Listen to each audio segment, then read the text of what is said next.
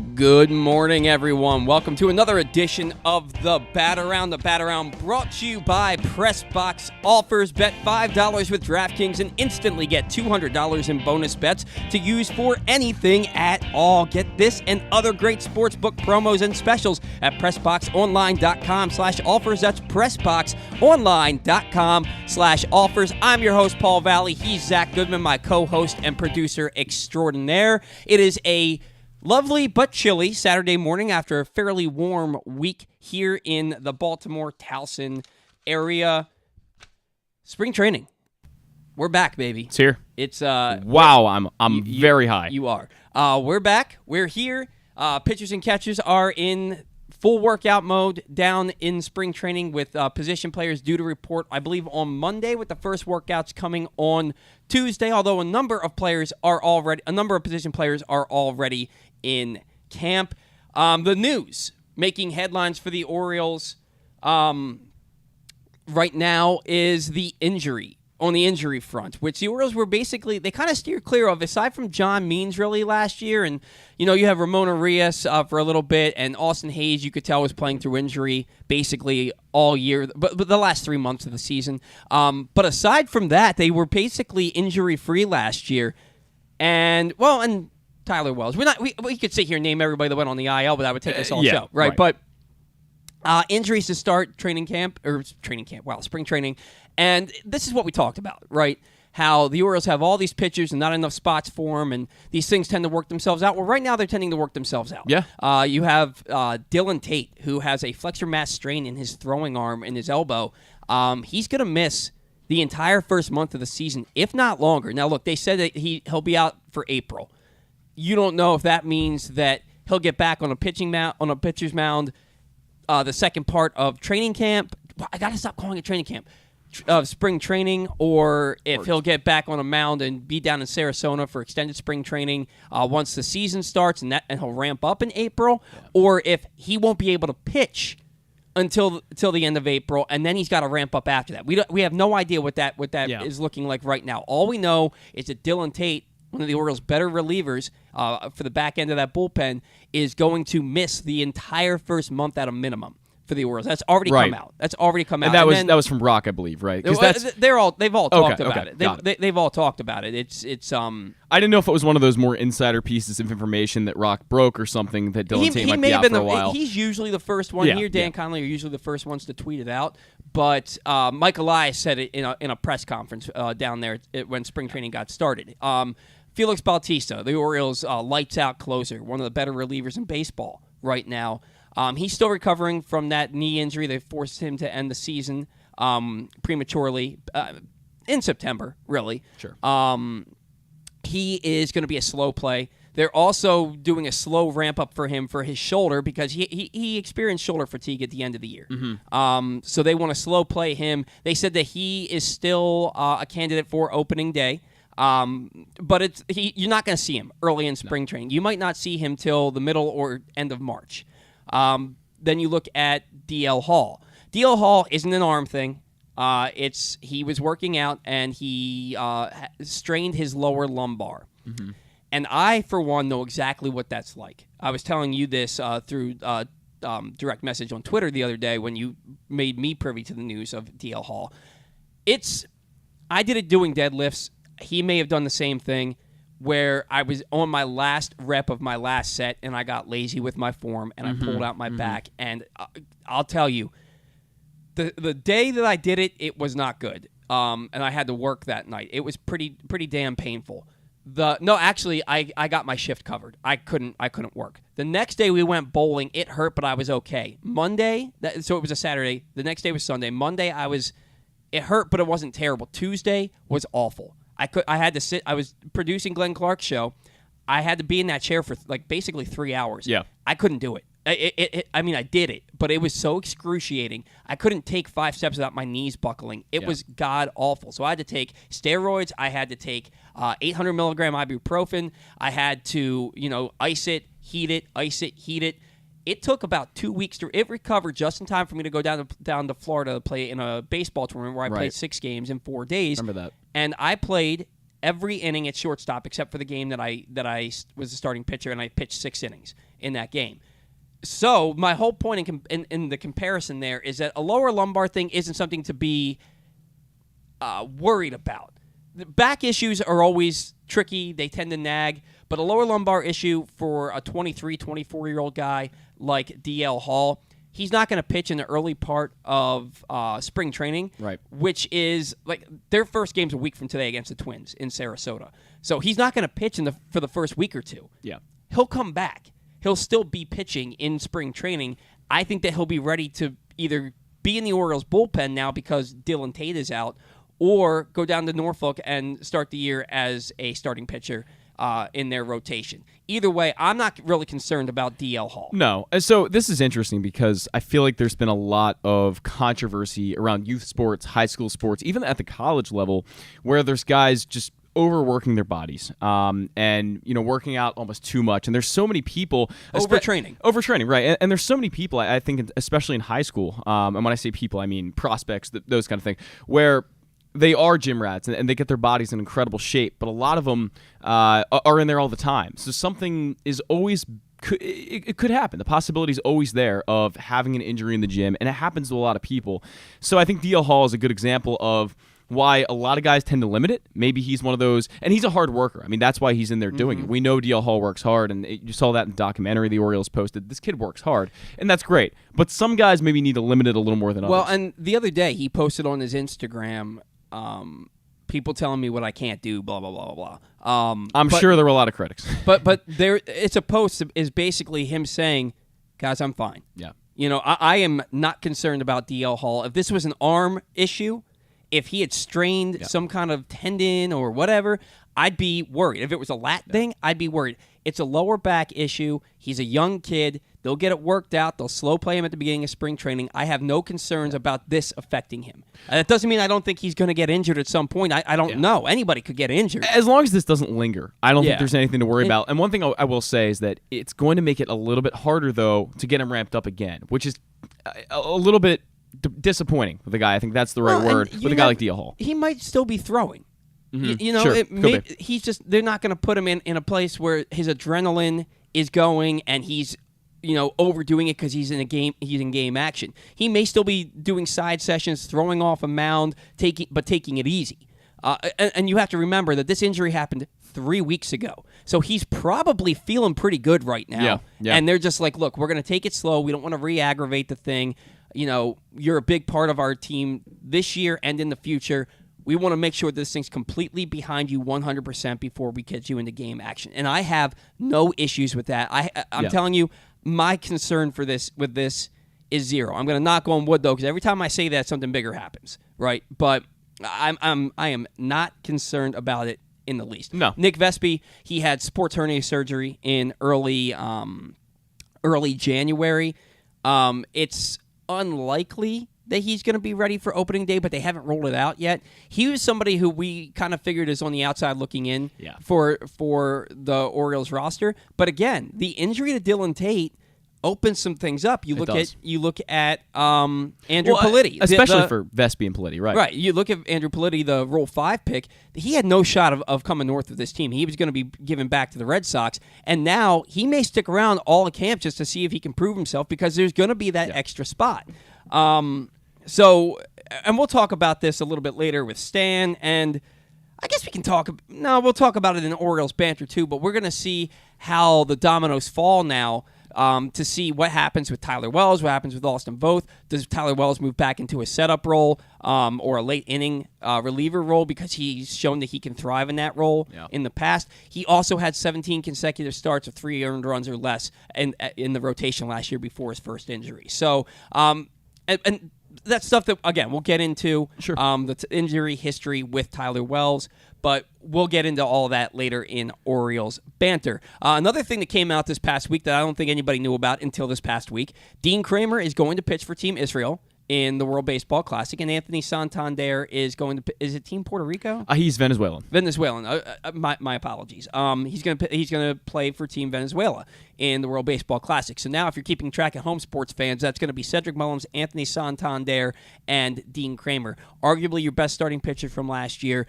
Your one of the top 71 players in the game, your starting center fielder in Cedric Mullins, and your starting right fielder, who, by the way, hit 33 home runs last year, are going to miss a significant chunk of spring training to participate in the World Baseball Classic.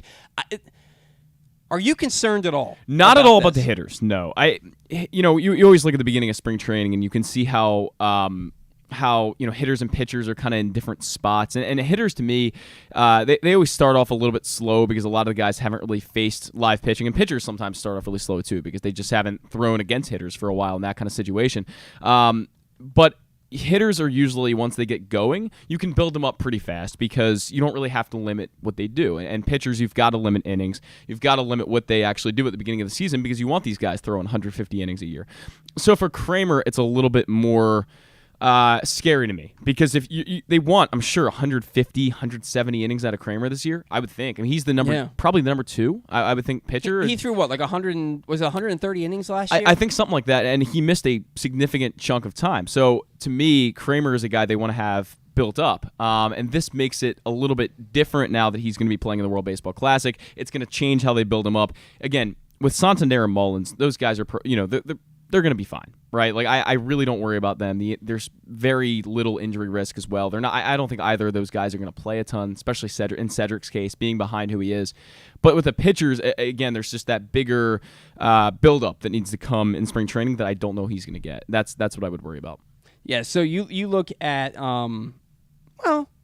he was about. I mean, Dean Kramer from 2021, he threw 116 innings.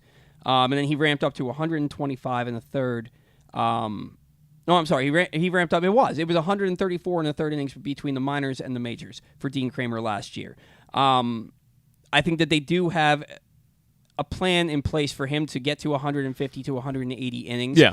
You wonder, was Team Israel always a possibility for Dean Kramer to the point where he's been working out longer than we think? Where he's been probably getting after this since the beginning of January. Well, he played in there in 18, I believe, didn't he? Yeah, he was on Team Israel. It was 2017, I believe, but he was on Team Israel before. So I'm assuming that he knew that there was a good chance. So there's no way that he was just like that. He just came to him. Oh, hey, do you want to pitch for us? And he was like, I guess. Yeah. Like he's been working out since January. Sure. So, but then you also you have to think these guys are going out there. They've been working out for probably a month longer than everybody else. They're coming into spring training. They're still ramping up to go pitch for 17 days in the World Baseball Classic. So that's probably, 3, maybe 4 starts? Yeah, I'm wondering how many innings that would be. Maybe 20 innings max? So they're doing that to then come back to slow it down a little bit. Or maybe when they come back at the end of spring training, it's like, all right, you're going to get a start or two, and we're going to see how long you can go. Right. And now you're ready to go.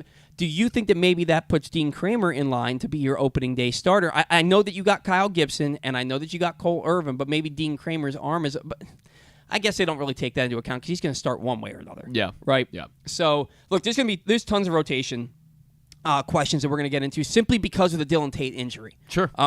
And something else I want to talk about that just happened this past week that doesn't really have anything to do with the Orioles, but it's something I do want to look into and discuss with you, Zach, and that's Corbin Burns. We'll talk about that in Orioles banter. Sure. He's clearly not happy with the Brewers. Mike Elias says he's still looking at other free agents and potential trades right now. So that'd be something. Aside from a Corbin Burns trade, which we're not going to talk about now. We'll talk about it later. What else do you think he's looking at? Is he still looking at bullpen arms? Is he looking for fourth outfielder depth? Yeah. I'm not convinced. I know that Brendan Hyde loves Ryan McKenna, who has great hair, by the way. Ryan Blake? Actually, no, we can't blame it on Ryan Blake. It's the people who responded and didn't pick Ryan McKenna. Unreal. We did not win Orioles podcast we did not Family Feud. But we didn't... Okay. It was a valiant effort. Well... For the most part. We made a couple of mistakes. We did. We made a couple of mistakes.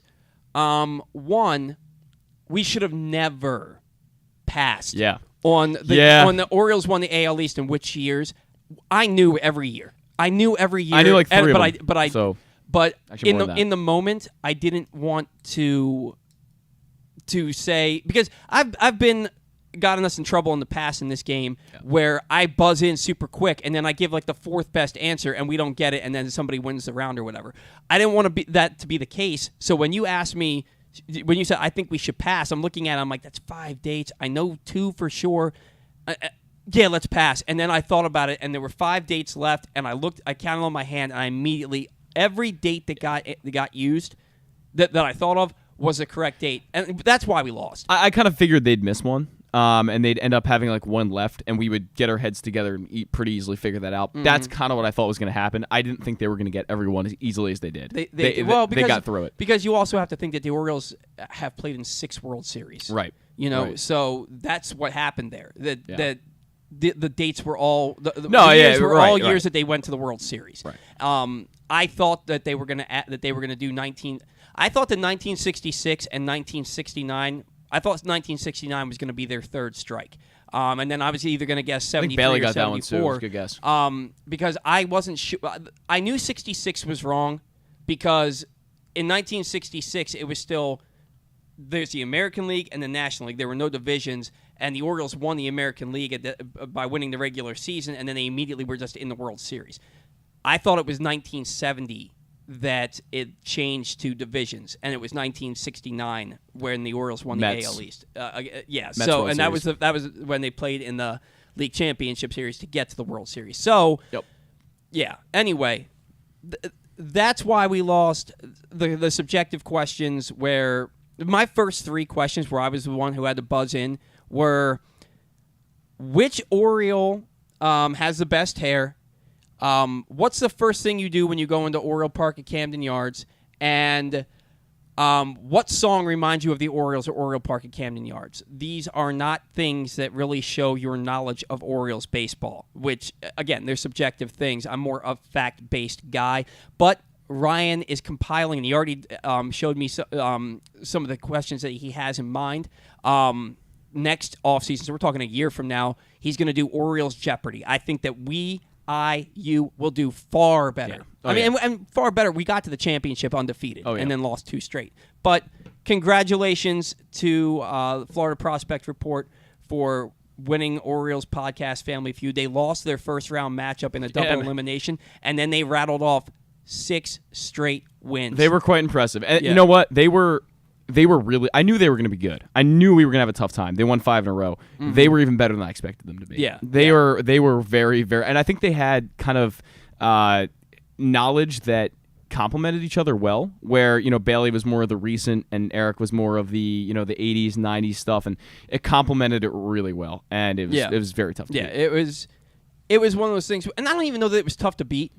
Because we could have won that thing. If we had won the buzz-in on every single round, we would have won. Yeah. It was just one of those things where if they won a buzz-in, we were behind the 8 ball. We were both. It was equal. It was evenly matched for the game. Congrats to them, though. Congrats to Bailey and special thanks to Ryan Blake, my co-host on Give That Fan a Podcast, our backup host or co-host on this show when Zach or I are out. He did a hell of a job with that thing. It was awesome. What he did admit to me was he thinks that he probably front-loaded the game too much with Orioles trivia, so the questions were more subjective towards the end. But next year, we'll probably do Jeopardy, and that should be a lot of fun, too. So thank you, Ryan, for putting that together. Now, back to the original point. The Orioles, I'm not convinced that Ryan McKenna should be the 4th outfielder on this team. He's a good 4th outfielder, but I feel like maybe the Orioles have better options, or maybe there's a better option that could be had via trade or free agency. Yeah, I mean, Ryan McKenna's time, I think, is limited. And it's going to be limited, especially with Colton Cowser kind of waiting in the wings. A good start at AAA could really expedite when he shows up in the major leagues. Mm-hmm. I don't know when that's going to be. I would think July or August for Colton Cowser. It's not going to be soon. But Ryan McKenna has a lot of guys right now to fight with for a spot. And you bring in Adam Frazier. And one of the points that Michael Elias made, he said, well, he can play corner outfield too. So there's another guy that can potentially fill in there. Well, I'm not sure Ryan McKenna's in their plans. You also have to think about the fact that, let's say Jorge Mateo plays his way off of shortstop. Can also play center, yeah. He can play every outfield spot. He's got an arm. He's got speed. He's a good defender.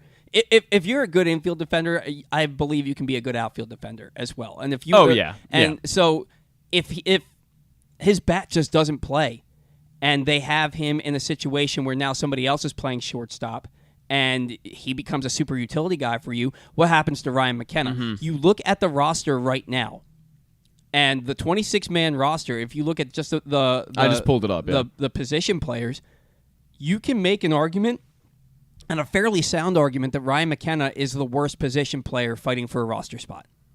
You can make that argument. Yeah, I think it'd probably be between him and Kyle Stowers, just because we don't know what Kyle Stowers is yet. You'll never convince me until I see it for an extended period with my own eyes that Kyle Stowers is not a better player than Ryan McKenna. So I wasn't there the week you had him on, but I believe you with Keith Law, and he said he can't hit. Okay. He said he said Stowers can't hit because he has that big uppercut swing. But look, he says that. But look at Kyle Stowers' numbers at the major league level from last year. Look at what he did in AAA. For 2 years. Yeah. He's got a big looping swing. Maybe he'll strike out a ton, but he hit like 260. I think it was like 264. What was it?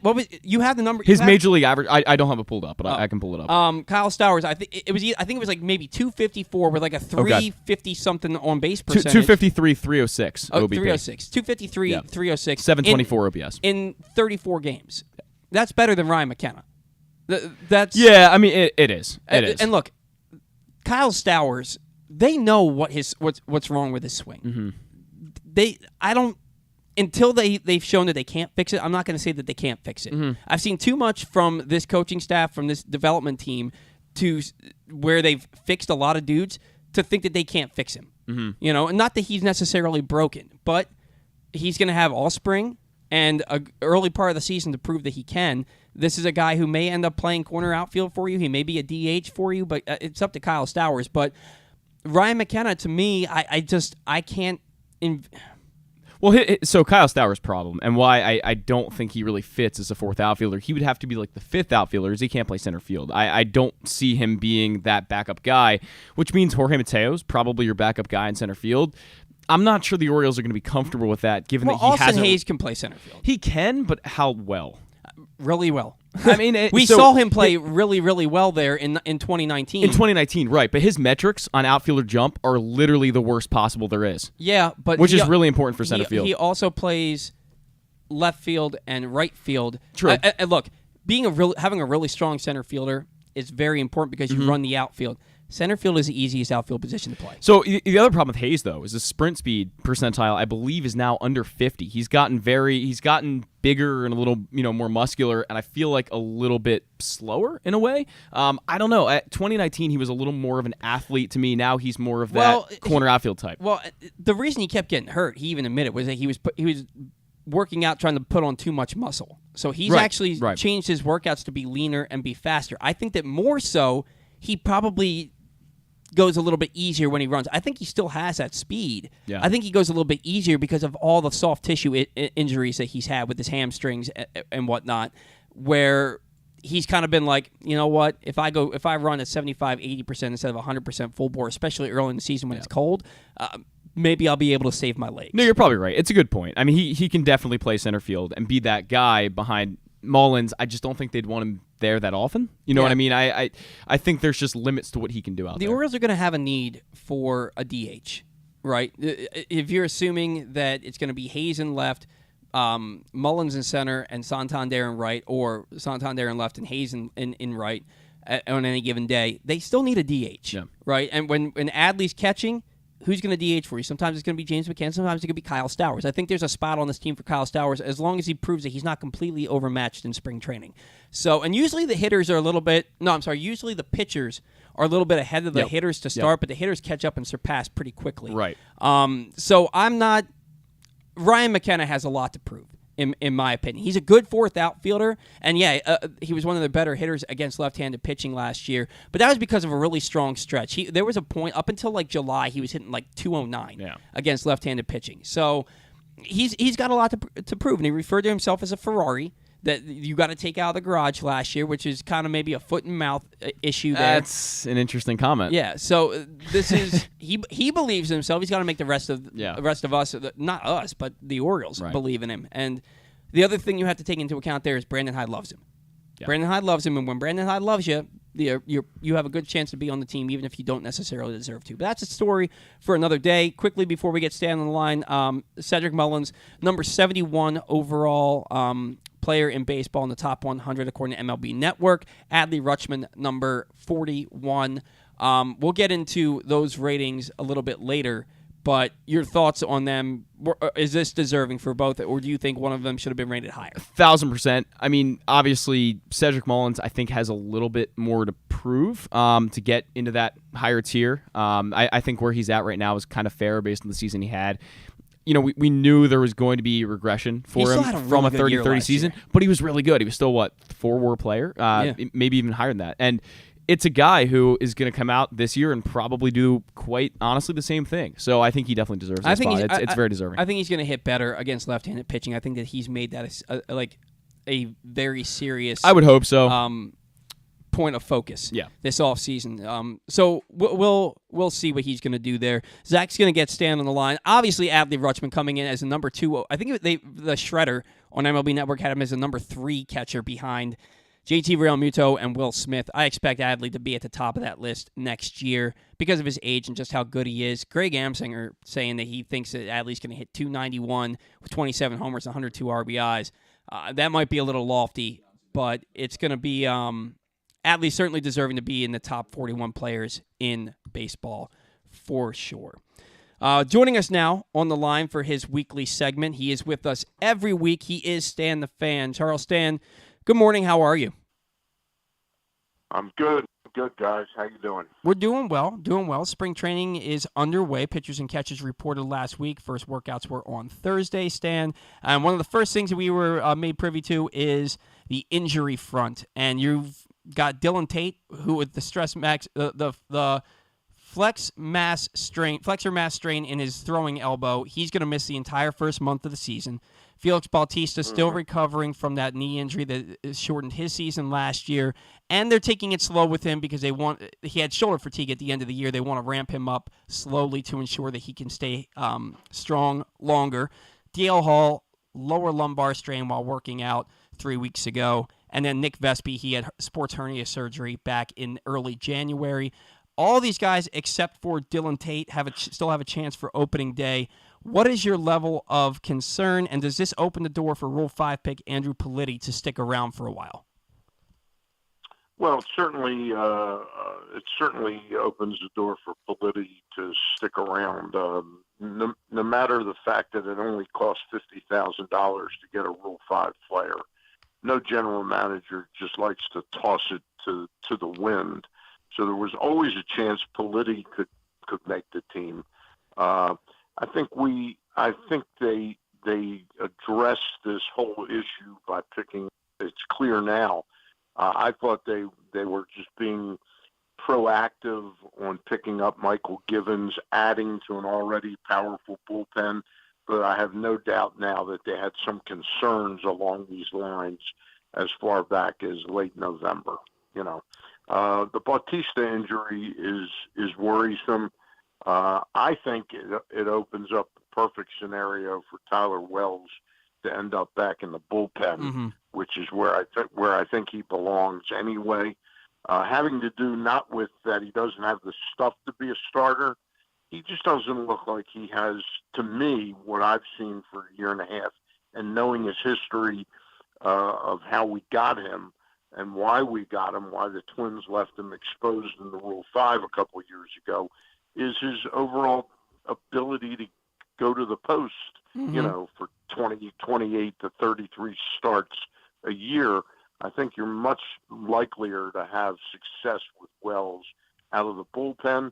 Who would that open the door for? It seems like it would open the door perfectly for Austin Voth, who pitched really, really well for the Orioles in, 13, 14 starts last year? Yeah. Something like that. Yeah, no, Voth was excellent for the Orioles. I still look at Austin Voth and think that he's going to be that bridge guy. Because I look at, if you're going to have Kyle Gibson, Cole Irvin in your rotation spot, you have to imagine Kyle Bradish and Dean Kramer would have to lose those two of those spots. and then they want Grayson Rodriguez to be in their opening day rotation. He's going to be given every chance to earn that opportunity. I thought that Voth and Tyler Wells were the long shots for the rotation anyway. Do you think that Voth is more likely to maybe be that starter or maybe be a piggyback type of situation? In my head, I was doing that. I didn't do the math. You're right.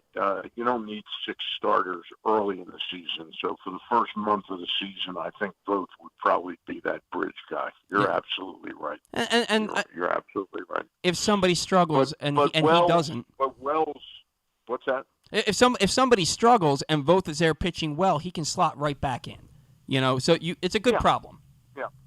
Yeah. Stan, where do you feel Keegan? I mean, the most worrisome of the injuries looks to be Tate, because a lot of times those flexor strains lead into TJ surgery, but it's not an automatic.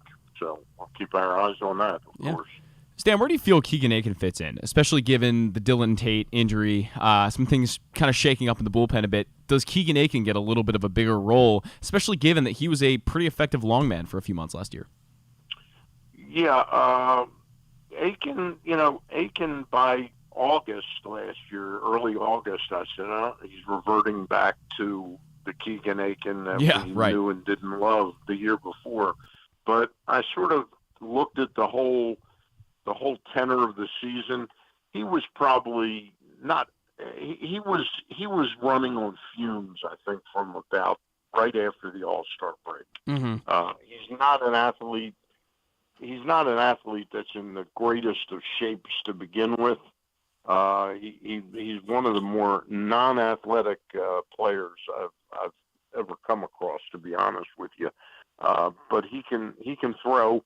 And I think he'll have a meaningful role in this bullpen. No question about it. I always forget about Keegan Aiken, and maybe it's because he's just that guy where it's like, look, if he's going back down to Norfolk, he looks like every man. Yeah, he looks like every man. He's not the guy you think of right away. And he's a guy who you kind of just, when you think about your bullpen spots, you need that long man, and he came in the early part of the season last year, and he was dominant, and so he's very good. Yeah, so I just always kind of forget about him, but I think that there probably is a spot on this roster for him. Now, Stan, the Orioles have a lot of young pitchers in their rotation, in their bullpen, and now you have the new pickoff rule coming into effect here this season where you can only throw over 2 times. You can throw over a 3rd time, but if you don't pick them off, it's a balk. They're awarded the next base. And between that and now Major League Baseball has come out and they said that they're really going to start cracking down on pitchers not coming to a complete stop and start calling the balk more. How much of an early concern is the balk for you with those factors coming into play, or do you think that this extra emphasis on coming to a complete stop will kind of fall by the wayside, like telling a batter that they can't leave the batter's box between pitches?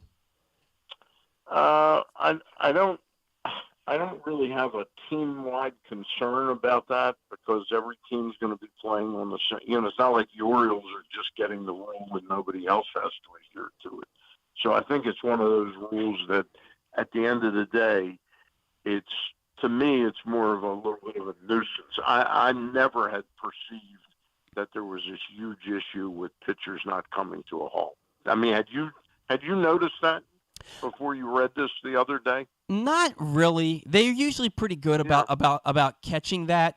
Somebody mentioned Kevin Gossman with that little extra leg twitch that he does.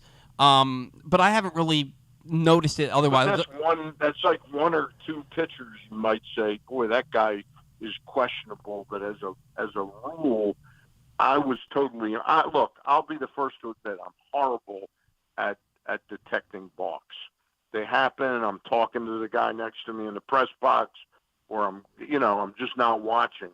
I admit that I'm horrible at that. Okay, and God bless the umpires for picking it up, but I was very unaware that this was a sort of an industry-wide problem. So to me, it's not. It is no big thing. I'm sure we'll get some calls early in the year. And then these guys are professionals.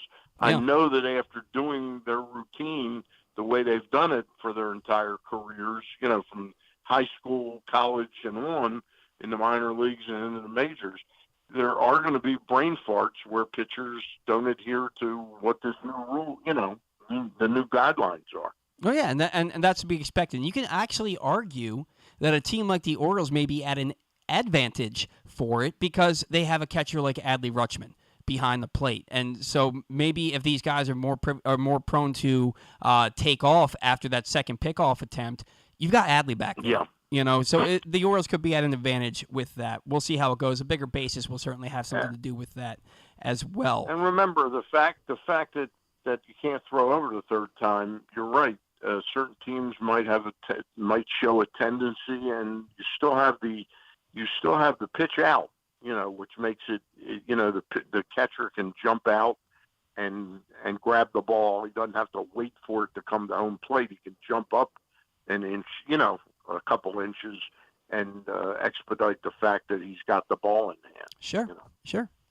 Yeah. Stan, I was going to ask you about the bigger bases because you saw a lot of people on Twitter probably this week talking about how Jorge Mateo, a guy who, stole over 30 bases last year and probably could get to 40, 45 at these bigger bases this year. Do you think they're going to drastically affect what he can do? I expect there to be an uptick on stolen base attempts and stolen base successes. Sure. I think, we all see the video replays and show how, which to me, video replay was supposed to catch the egregious mistakes. Not its intent to me isn't that a guy does a pop-up slide, and he's off the base. He's safe, but he's off the base for a split second. And then you see 3 video replays, and you go, boy, he was out, And obviously you're not going to let that slide. But we all see how close so many of these steals are. And, now that the guy's going to be able to he's going to be leaving off of a base a little further. And because it's going to be easier for guys to get back to first base, just like it's going to be easier for guys to slide in safely. So, the catcher's job more important, pitcher's job more important in terms of avoiding that balk. But again, they do have the weapon of the pitch out, which hasn't been ruled out. Yeah, and I got to be honest, Dan, making the bases bigger, adding in the pickoff rule, to me, they were completely unnecessary. I saw no need for those. If a guy's throwing over too much, then make it where, if you throw over 6 times while you're facing a specific batter, you call him for delay a game and award the guy the extra base. 2 pickoff attempts when you have a guy, say that you have... Yeah, I think it's... I agree with you. Stan and Paul... In your knowledge, have the bases ever changed before? Is this something? No, okay. I've never known them. Stan, I've never heard of the bases before. Yeah, I'll tell you what I heard one night though. I thought I mentioned it on this show a couple of months back. Rob Manfred was on the Bob Costas interview show, and I had never known that the amount of dirt territory varied from park to park. I always would have thought that it was uniform. Really? Well, it will be uniform now, but it has never been exactly uniform in the past. I did not know that. I've never heard that either. That's crazy. If you took a ruler in Baltimore right past the pitcher's mound out to the grass, the dirt, it could be 7-8 feet in Baltimore, and it could be 8.5 feet. Wow. In Chicago, and it could be 9 feet in Oakland. I had no idea that was a thing. That was staggering to me. Yeah. Yeah, I thought it was uniform. But especially when you think about the dimensions of a baseball field and the outfield, they can be whatever you want as long as they're over 300 feet down the lines. They can be whatever you want. Yeah. I would have assumed that the diamond on the infield and the pitcher's mound were uniform across the board. That's interesting information for sure. Yeah. Stan, Mike Elias made. I'm not going to say headlines, but had a couple of interesting things to say when spring training opened. The first one is that he said he's still looking at free agents and potential trades. What moves could even be on? You look at this team, and they seem pretty set. What moves could even be on Mike Elias's mind right now to help improve this ball club? I would think, clearly well, he says he's looking at free agents. I mean, somebody like a Robbie Grossman, who now signed with Texas, I could see them thinking they need a more experienced and a safer bet to produce offensively, something of note rather than McKenna. Could be something they would be looking for, but I don't think they were going to go into that $2 to $3 million price range. That I think Grossman signed a $2 million deal with $3 million in incentives or something like that. And I think now with the bullpen arms, you do think about Zach Britton or one of the others that are still out there. I know Chafin signed with the Diamondbacks, Moore signed with the Angels, but there's a ton of arms out there that could still make sense for the Orioles to amplify that bullpen. Yeah, I really do like the idea of Zach Britton coming back to the Orioles, especially with Tate going down. If he's fully recovered from he had Tommy John surgery. I was just trying to look up what he had. I think he had Tommy John surgery. If he's fully recovered, because he came back to pitch at the end of the year last year for the Yankees, I think he had something else. He was coming back from Tommy John surgery, I believe, and then he had like a case of tired arm where he had to be taken out of a couple games in mid-inning. It wasn't a good look. He was definitely not really ready to come back. Right. So he had Tommy John. What he's looking like now in his workouts and showcases, I don't know. It's interesting that nobody has signed him yet, though. Yeah, Cole Hamels just signed with, I believe, the Arizona Diamondbacks. He hasn't pitched since San Diego. Was it San Diego? Okay, he signed with the San Diego Padres. They gave him a minor league deal. Yeah, and he hasn't pitched since 2020, and I think that was one start, and I believe it was against the Orioles, where he went. I think it was. He went like 3 innings. But he hasn't pitched really in bulk since 2018, 2019. Yeah. They said he looked great in his workouts, although he wasn't getting close to 90 with his fastball. Cole Hamels, do you think that he still has relevance in the game? Not sure. That's a long time out. He kept deferring this comeback, wanting to really be in 100% shape.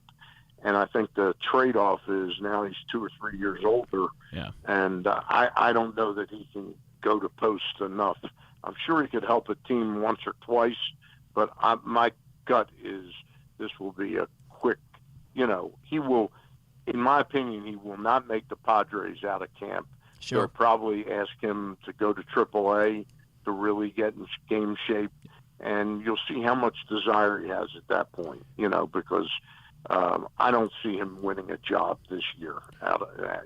Being a lefty might help his case. Without me seeing what he looks like or seeing him throw, but just the amount of time off is just that's a monumental hurdle, to come back from.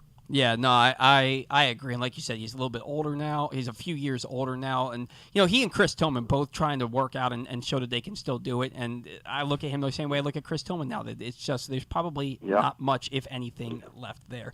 Now, Elias was the Tillman injury really expedited the Orioles, fade from relevance, because he was a guy that went out and gave you 25 really solid starts every year. Yeah. He was really a top-notch pitcher.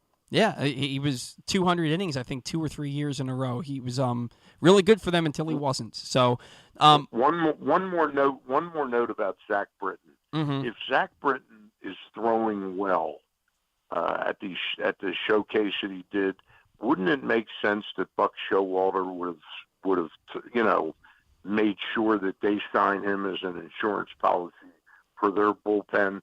To be privy to look at him for 6 weeks now. The fact that the Mets haven't bid on him, to me, is an eye-opener. Well, he's what? His stuff.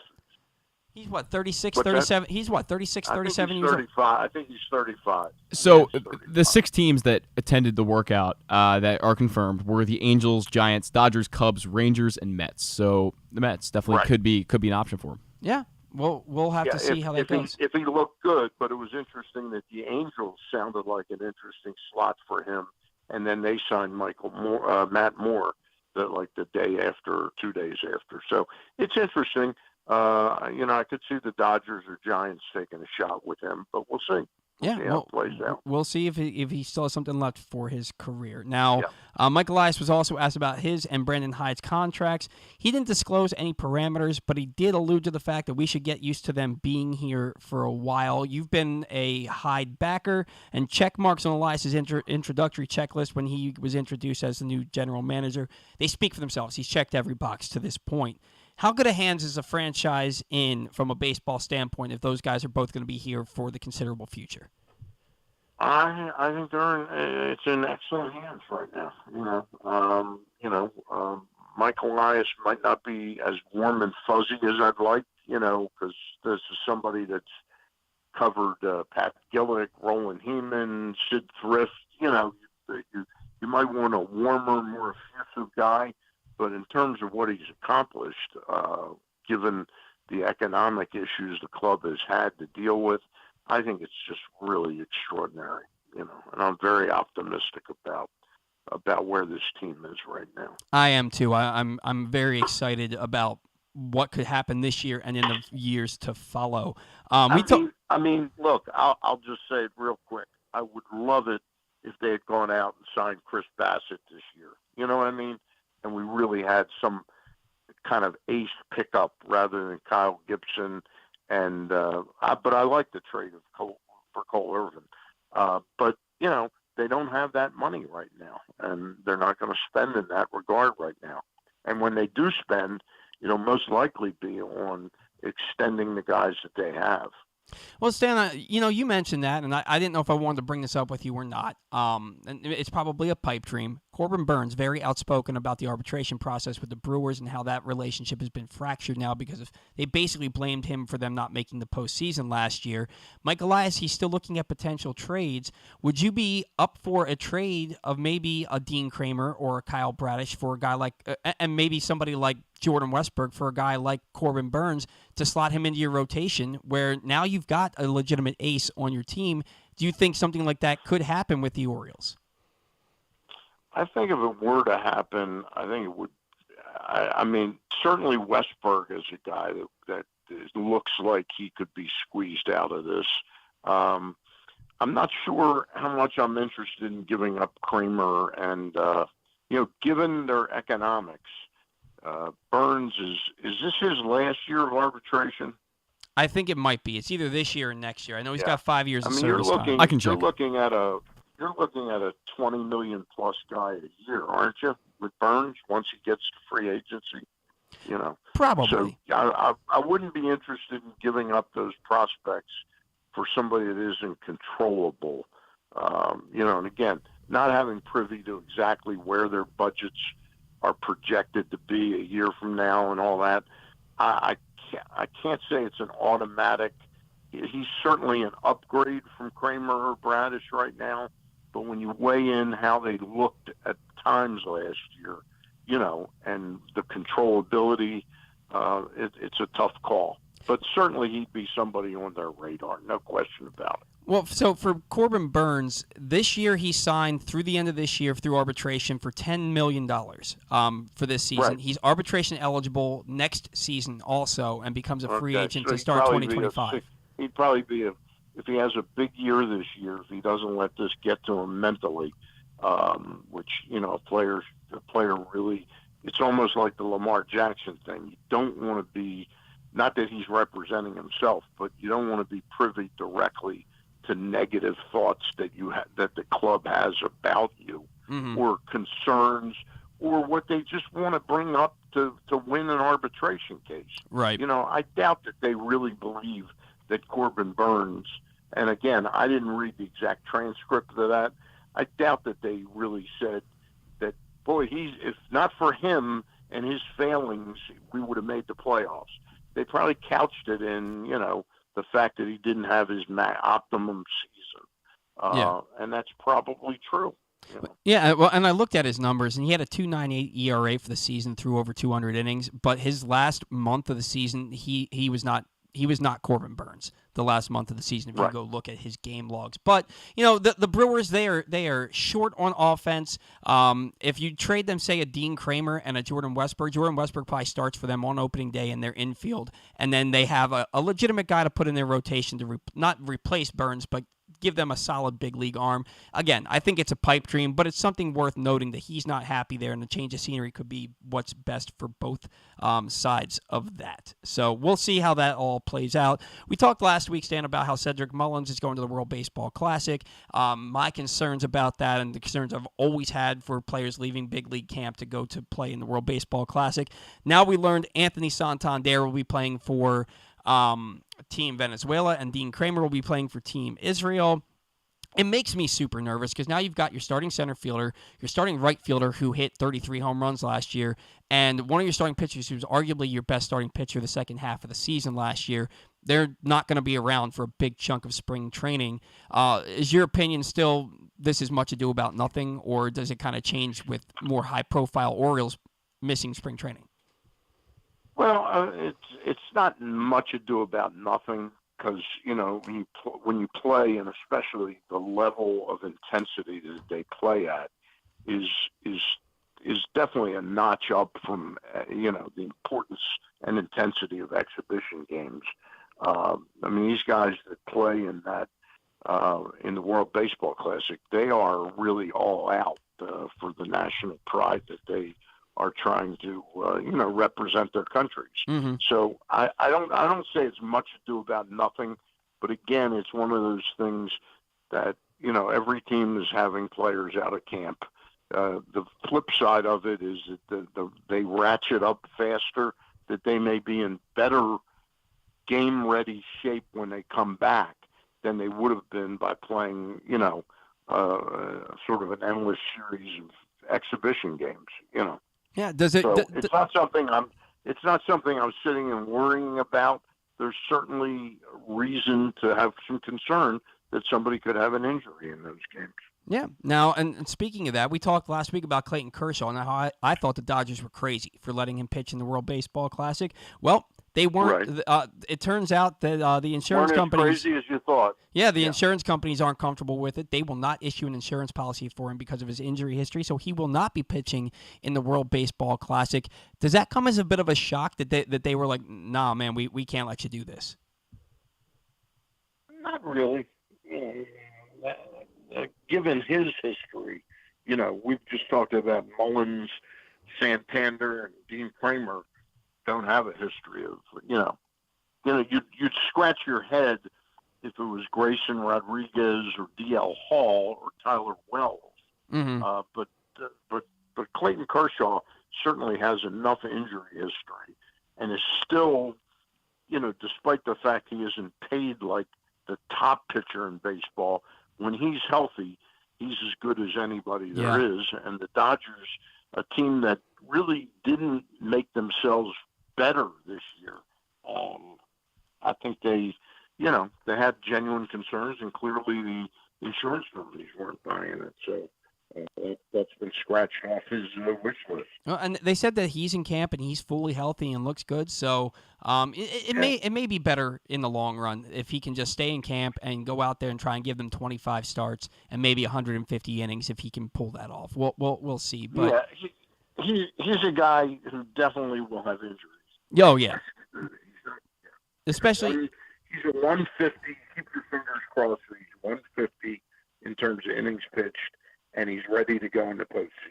Yeah, at his age, with the back issues that he's had, that he's going to miss some starts this year. So the more they can get out of him, the better. So I think it ends up being better for him and for the Dodgers this year. And then finally, Stan, Manny Machado confirmed the other day that he is opting out of his contract with the Padres this season. He didn't speak when they were talking to him. He didn't speak of any desire to be back in San Diego. Now, conversely, he didn't say he didn't want to be back in San Diego, but he didn't say, look, my hope is to stay here. And maybe that's a negotiation tactic, so they don't think they can have him for a lower rate. He made it seem like it's all about the money. Is this prudent for a player who is now 30 years old, will be 31 at the end of this season, and is slated to make $150 million over the next 5 seasons following this season?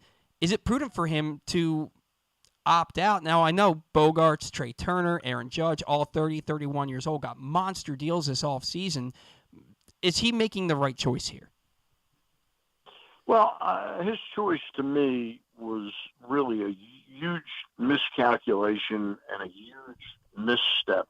But not, first of all, his saying it on February 20th is not the same as doing. He's not automatically off the books of the Padres at the end of this year. Right. Okay? It's a mechanism that needs to be put in at the end of the year. Why he stepped in this, is just sort of mind-baffling, and shows that at the end of the day, there's a certain selfishness to Manny Machado to upend the start of spring training and make that the biggest headline on like the first day that the players report. It was just a miscalculation, and that whole thing about, well, he was simply asked a question and he answered a question. I heard Mad Dog Russo yesterday, Chris Russo talking about this, and I thought he was 100% right. There are ways to answer that question. Hey, I'm not concerned. And he actually said that. He goes, I'm not concerned about 2024. I'm focused on 2023. But his next words out of his mouth were that he was planning to opt out. Yep. I don't understand what the necessity to do that on day one is. Yeah. When the Padres have kind of leaked out recently that they're hoping to have extension talks with him. So I just thought it was a bad look. It's not in place yet. We can debate about what kind of season he's going to have this year and what that'll do to that $150 million versus how much more he can make. But I just thought from a PR standpoint and for Padre fans, it really showed that he's really not much more than a mercenary. Yeah, I look at it, Stan, and now, look, he finished second in National League MVP voting last year, and you can make a serious argument he should have won, because without him, the Padres probably don't make the postseason. And you look at that, then you look at all the contracts that were handed out, and you can understand why he would want to opt out and make more money. It makes sense. But now, by saying this out loud on day one, now, if you go out and you have a season like you had in 2017 where you hit about 250, then you got to put yourself behind the eight ball because you have to opt out. The Padres are looking at, well, look, we're paying Fernando Tatis nearly $30 million a year. We're paying Xander Bogaerts nearly $30 million a year. Do we really want to sign Manny Machado for 10 years, $360 million, and pay him $36 million a year? Or can we just say, you know what, it's all right, we'll put Tatis back at shortstop, move Bogaerts to third base, and be done with it? To me, like you said, it doesn't make a lot of sense, and people can probably assume it, let them have their assumptions, and just do it at the end of the year. It doesn't make a lot of sense. I think you're correct. Stan, what do you have coming up this week? Monday night, got Ben McDonald on with Ross Grimsley and I. It'll be at a little bit of an earlier time slot, 5:30 East Coast time. And then Thursday, Gary Stein and I will have the new head coach of UMBC Soccer, Anthony Adams, on to talk with us. All right. Sounds like a good couple of programs for you, Stan. We will talk to you next week. By then, we'll have position players having reported and a spring training game to talk about.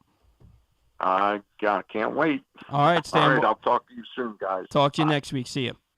And that was Stan the Fan, Charles, joining us for his weekly segment. Friendly reminder to you that Stan still has two great shows for you every week. Every Monday night, Stan and former Orioles pitcher Ross Grimsley visit with a different guest from the world of baseball. And every Thursday night, Stan and Gary Stein chat with a different newsmaker from the world of sports. This week, Stan and Ross chatted with Aberdeen Ironbirds GM Jack Graham, while Stan and Gary previewed the CIAA tournament with Commissioner Jackie McWilliams. Find those shows under the videos tab at facebook.com/PressBoxSports or at PressBoxOnline.com/video. Stan and Ross are back, as he just alluded to, on Monday with another great show with the always entertaining, one of my favorite all-time guests, Ben McDonald. So tune in for that. You do not want to miss it. When we come back in from Barstool Sports, your favorite Orioles Twitter personality, Eric Arditti, will join the program. That's next on the Bat Around.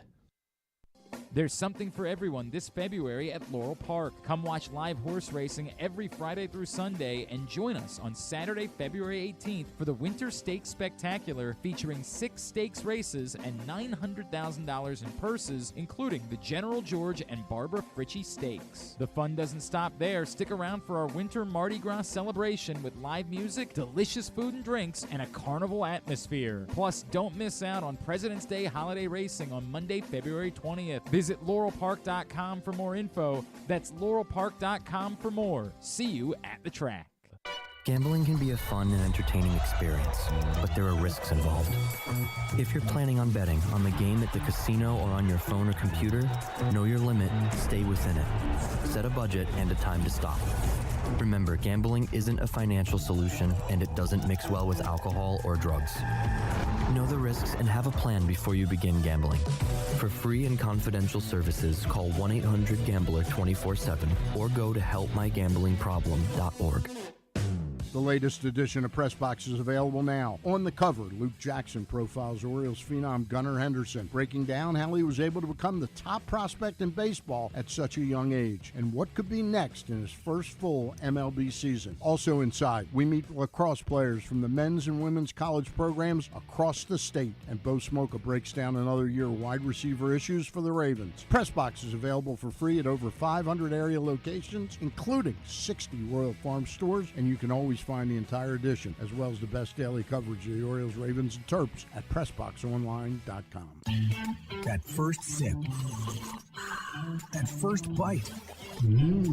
Start your day off right with a delicious breakfast at Royal Farms. Choose from a fantastic selection of fresh Royal Farms breakfast sandwiches and top it off with a rich hot cup of the freshest coffee in the world. At Royal Farms, breakfast is available day and night. It's the freshest breakfast in the world. Real fresh, real fast. Royal Farms.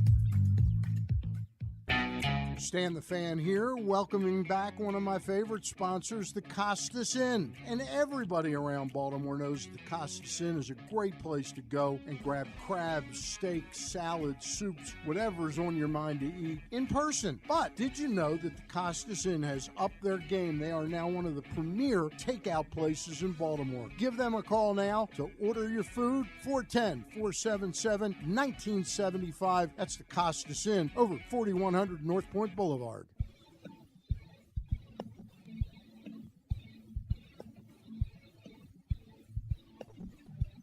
All right, welcome back to wow. I'm about to read a Glenn Clark read, Wow. and I was about to call it Glenn Clark Radio. Welcome back to the Bat-Around. I'm your host, Paul Valley. The Bat-Around is brought to you by PressBox's Glenn Clark Radio, which is the definitive place to find the best daily discussion of Baltimore sports. Watch the show every weekday from 10 to noon at youtube.com/PressBoxOnline or Facebook.com/PressBoxSports. Or, if you can't watch, you can listen at PressBoxOnline.com/radio with podcasts available on iTunes, Spotify, or anywhere you get your podcasts. If you're not tuning in, it's because you don't want to, because we give you so many ways to do so. You never know who might pop up on GCR. This week, the guys caught up with Maryland star Juju Reese, former Ravens quarterback and Georgia color analyst Eric Zier to talk about Todd Monken, and Maryland basketball legend Len Elmore. You can find those interviews and more right now in the Glenn Clark Radio Week in Review feature at PressBoxOnline.com. Joining us now on the Bat-Around, we caught him a few minutes earlier than we were supposed to, but that's okay. Moving right along here on the Bat-Around. He is from Barstool Sports, Eric Arditti. Eric, good morning. Thanks for taking some time for us. Absolutely. Thank you guys for having me. I always make time for you guys. Yeah, we are thrilled to have you back on the show. Excitement is running amok here in Baltimore with the Orioles coming off of a winning season. They have two of the best young players in the game right now on their team. It's an exciting prospect for this coming season. The first thing I got to ask you, are you and Adley Rutschman just like best friends right now? Listen. So, honest to God, I think he's a bigger fan of mine than I am of his. We had a great day at the Caravan together. It was awesome. If you didn't go check it out, I cannot say how awesome it was. It was a great time. I know people miss FanFest, but I thought the Caravan was great. But yeah, I think we've taken our relationship to the next level. I think upgraded from acquaintances and just from the guy who would comment on his Instagram asking if he likes crab cakes to, I would say friends. I think so. He tried to tell me it was my town, which I completely disagree with. I had to tell him it's his town. I think that's what everybody in Baltimore is thinking, that this is Adley's town right now. But yeah, I think we could say we're friends. I think that you and Adley can share it. I think you can be the Glenn Eunice to his Ed Reed if you so choose. Maybe you'll end up in a Crown Royal commercial with him. Who knows? We'll have to see how things play out. Have you actually hung out with Adley aside from the caravan? I won't get into it too much, but me and some of the guys at the caravan did end up running amok at some of the bars till late night. I may have had to help one of them not get thrown out of a bar by grabbing his drink before he left and before the bouncer grabbed him by his hoodie. And I had to explain to the bouncer, hey, you got to let this guy go. Mm-hmm. But again, they'll remain nameless. But, yeah, we hung out there, and it was a good night. We'll say that. It was a very fun night with all the guys. So we're going to take this and run with it and say that Adley almost got kicked out of a bar. We're No. I'm just kidding. No. It definitely wasn't him. Everyone was very respectful. No, but we did have a lot of fun. Now, do you know who this is? I hope you pulled that. Your excitement for this season. You're one of the bigger Orioles fans that I know. How excited are you for the 2023 season? When you look at this team, you look at the depth on the roster, how good the rotation could be. How excited are you for this? Scale of 1 to 10, I'm at about a 15. Okay. I found myself on YouTube yesterday watching like random videos with like 30 views on it, being like, here's why the Orioles were the best story of 2022. And it was just getting me so fired up, and just seeing all the love, not only from like Baltimore people, but on MLB Network. Cedric Mullins was 71 on the top 100. Adley was 41. Like, just seeing them, MLB is tweeting out graphics, and it's like, oh, there's Ryan Mountcastle, there's Adley, there's Cedric. It's like, this isn't just a Baltimore thing, I think, where people are excited. And so it's like, yes, something is good is going on. And I mean, you could feel the excitement in the city on Twitter. I said, this is probably the most excited people have been since, what was it, that 2018 season, I guess, where they went all in and it completely fell apart. But yeah, I'm so excited. I cannot wait. I know everyone was kind of upset, disappointed with the liftoff that did or may or may not have happened. But, I'm very excited. I cannot wait for the spring training game to start, even though we're only going to be able to watch 4 of them. But just to have baseball back, and seeing the ASMR videos of Adley and all that stuff yesterday was great, and I cannot wait. So I'm very, very excited for opening day and what's to come. Yeah, it's a good young team and this is honestly what Mike Elias meant by liftoff. It's a good young team that's just going to continue to get better and better and better. So the excitement is palpable and with good reason. Now, to deflate it a little bit, you got word of some injuries to Dylan Tate, DL Hall, Felix Bautista, and Nick Vespi. All but Tate look like they could still potentially be candidates for the opening day roster. What is your level of concern right now because of these injuries to some pretty significant arms? I was kind of concerned about Bautista, and then yesterday they showed video of him pitching, and they're like, oh, okay. Like, obviously, if he's hurt, it's progressed to the level where they're comfortable with having him throw in front of reporters and people like that. It's not like hey, we're going to test him out and see. So that to me was I thought a great sign. The Tate injury stinks on a couple of reasons, because number one, it would have been really cool to see him pitch in the World Baseball Classic. I think we were all pretty excited when we saw that he was named to the team. Again, just a guy who's, he was a former top prospect, former top draft pick, and he's kind of the unheralded guy. He was, the throwing in the trades and stuff like that. So I thought that would have been really cool to see him there, and it stinks he didn't get to represent them. Same thing with Vespi, with Italy, but if it's only Tate that misses the opening day, I think I'm okay with it. Again, it kind of limit the innings. But yeah, it was definitely kind of concerning. DL doesn't sound like it's anything too serious either. Yeah. But again, it's like I'd rather these come now than in 2 or 3 weeks. And it's like, oh, by the way, now Bautista's definitely not going to make opening day, and Tate, and But also, it's going to help because I think Austin Voth is going to be in the bullpen. I think Tyler Wells is going to be in the bullpen. So again, they have guys who are veterans and who have been there before. So I'm not too concerned about it. Now, if there's any setbacks or anything, that's obviously when the concern starts to set in. But as of right now, I'm not too worried. Again, if it's only Tate, I'm okay with that. With how good he was last year, I'm fine with him kind of resting, and we'll see him, I don't know, mid-April, maybe early May, something like that. Yeah, and then you mentioned DL Hall. He had the lower lumbar strain, but he did that 3 weeks ago. He's a young guy. He's 23, 24 years old. It's not an arm thing. It's not a lat thing. So to me, that's much ado about nothing. He won't pitch the first week or two of the exhibition schedule, but I think that he's still going to be right on track to be part of Norfolk's rotation or the Orioles bullpen. With that in mind, when you look at DL Hall, Eric, is he a starter or a reliever? I think long term, he's obviously a starter. Mm-hmm. I think he's going to be one of their best arms, and I mean, again, he was drafted as it, and that's what I know. He came out yesterday, and I think told the reporters, he said, I'm a starter, and that's the dog that you want. You want that guy being like, listen, we know he can be a reliever. We saw obviously he had a rough start, but his last 8 appearances last year were great. I think he had an ERA a little over 1, but again, I mean, long term, he's going to be a starter, and so again, I if he doesn't make the opening day rotation, which now with the injury news, I guess you can call it news, I don't think he will make the opening day roster with the Orioles. But I think if he goes down to Norfolk, and he has to show them, he has to shove, because again, he didn't look that great in Norfolk last year as a starter. But I think if they can get him going, we will see him. He'll be one of the first arms called up. But yeah, I think he is a starter, and again, he's the guy that you want. You want him. I want to be a starter. I know I'm a starter, and that's who you want taking the ball every 5 days. Yeah, and the arm talent, and we all love Grayson Rodriguez. We expect him to be an ace for the Orioles. But I've talked with scouts, I've talked with other people around this team, and we all agree that his ceiling is higher than Grayson Rodriguez's if he can ever, really control that command and just consistently throw strikes, because the 4 pitches that he can throw and being left-handed, his arm is something special. I've been saying it for months. So I agree with you, Eric. I think he's a starter, and I think he could end up being an ace if everything comes together. No, for sure. I remember real quick, Ryan Ripken had told me that he said he would rather face Grayson than DL because he said with Grayson, the fastball's coming and he's going to blow it by you and there's just nothing you can do.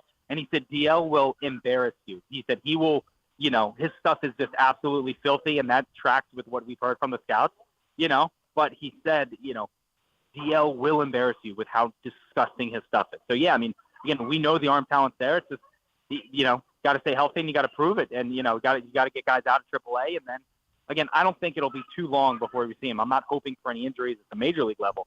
But, again, something like that would open up, a spot if he's performing well at AAA. Yeah, like you said, he's got to go down there and shove, and he's got to really limit the walks to make something of himself as a big league starter. And for the record, Ryan Ripken was one of the guys that we talked to. He was on the show last week, and he was one of the guys who said he thinks his ceiling is higher than Grayson. So something to keep an eye on there. Corbin Burns came out the other day and was basically trashing the Brewers for trashing him, basically blaming him for them not making the postseason last year. He's making $10 million this year, Eric. He's arbitration eligible next year also before becoming a free agent in the 2025 season. Seems like a change of scenery might be better for both sides at this point. It seems like that relationship's really frayed. Do you think that the Orioles could put together attractive enough of a package to go out and get a Corbin Burns? And is that something that you would be excited about to get that guy in this rotation? Absolutely. I mean, I think we know Michael Elias' track record. You trade prospects for proven starters, and I mean, Burns is pretty darn proven. Cy Young, and he's been consistently one of the best pitchers in baseball for the last 5 years now.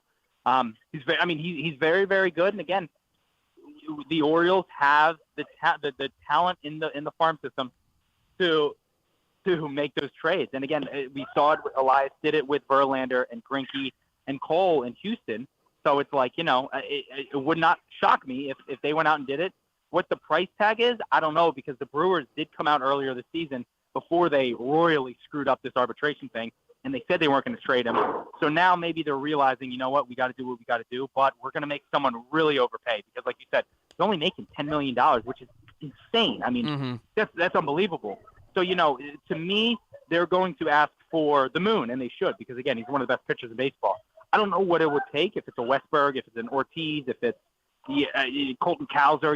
It's going to be a group of – and they'll probably want major league guys, right now. Mm-hmm. So if they can do it and make it work, I mean, to quote Fight Club, you got to crack some eggs to make an omelet. So I get it. You're going to lose some of these guys, and that's part of the good part about having a farm system this loaded is, and we saw it with the Cole Irvin trade. Not everyone is going to make the team.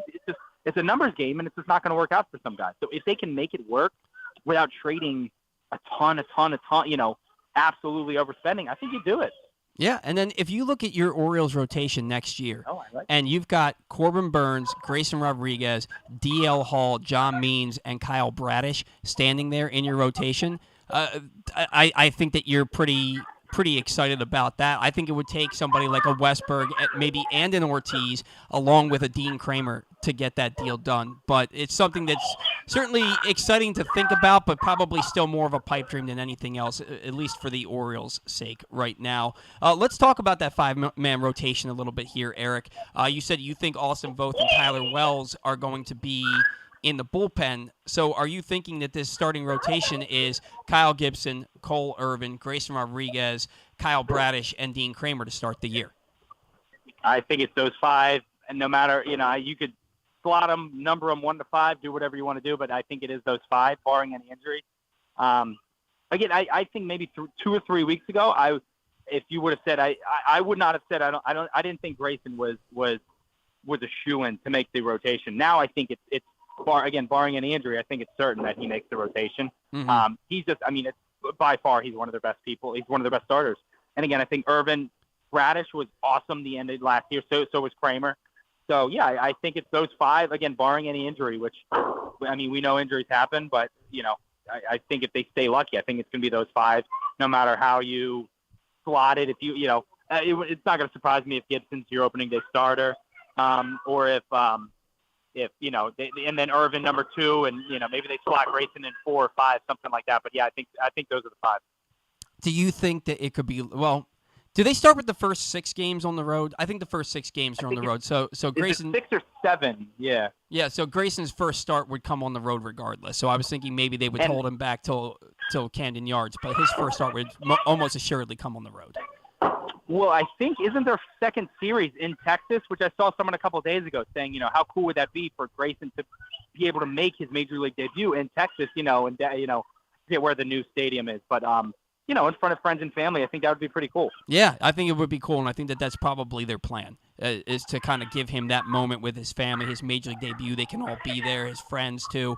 I think that will probably make a lot of sense. So we'll see how that plays out. I think that Grayson Rodriguez is all these guys that are, aside from Irvin and Gibson, because they're going to be in the rotation no matter what, the other 3 guys, I think it's their jobs to lose. So we'll see how that plays out. But I think I agree with you there. And before we let you go, Orioles' potential lineup that we're looking at here. Where's Grayson? Where's Gunnar Henderson going to bat? Is Adley a 3-hitter, a 4-hitter? Is he a 5-hitter? Is he a 2-hitter? A lot of people seem to think Ryan Mountcastle is really going to break out in a big way this year. I think he needs protection in that lineup. If you're looking at the Orioles, how do you line them up, Eric, to maximize their production at the highest level? I would love, and again, I haven't really looked into it too deep, but I would love a Mullins, Gunnar, Adley, Mountcastle 1 through 4. I think that is arguably one of the best 1 through 4s in baseball. Again, 30 guy at the top. Gunnar is, unlimited potential. We know what Adley's going to be, and then again, Mountcastle has all the talent in the world too. So besides that, those 4, I'm not sure how you want to slot them in, but I think 1 through 4 being that would be awesome. I think that would be. It's a very sexy lineup to have.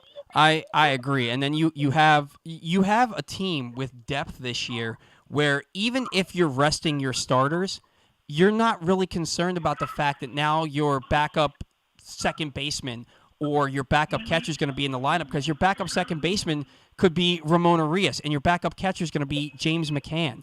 And Taron Vavra might be a utility guy who gets on base at a high clip. talk about the importance of the Orioles' depth that they have this year, and how it's going to be so much better when they're playing those day games after night games, that you don't have to look at, Rougned Odor, Robinson Chirinos, and Brett Phillips filling out your lineup. Yeah, I mean, it's massive. Again, I mean, Vavra should probably start on a lot of other teams. And again, the fact that he's going to be a utility guy is great. And you factor in, like, oh, by the way, he's playing a little first base. So again, if Mountcastle does need the day off, you could throw him in there. And again, McCann, I believe, was an All-Star, I think 2019. Yes. I mean, that's again, Robinson Chirinos seemed like a very nice person, but having McCann be there I think is going to be awesome. It's again, he's not going to start every day. I know people flipped out when they traded for him, but it's like this isn't an everyday starter guy. Again, he's going to be a backup, and I think there's a lot of worse backups than you could have. So the depth is again something we didn't have a couple years ago. Now they have it, and we're going to see. I think we're really going to see it shine this year, and really Stowers coming off the bench. I believe probably. I mean it's a great problem to have. And that's before we even talk about Adam Frazier, who, if he gets back to any semblance of his pre-2022 form, gives you another guy that potentially elongates this lineup. Yeah, there's a lot worse options they could have. I mean, we've seen it in the past.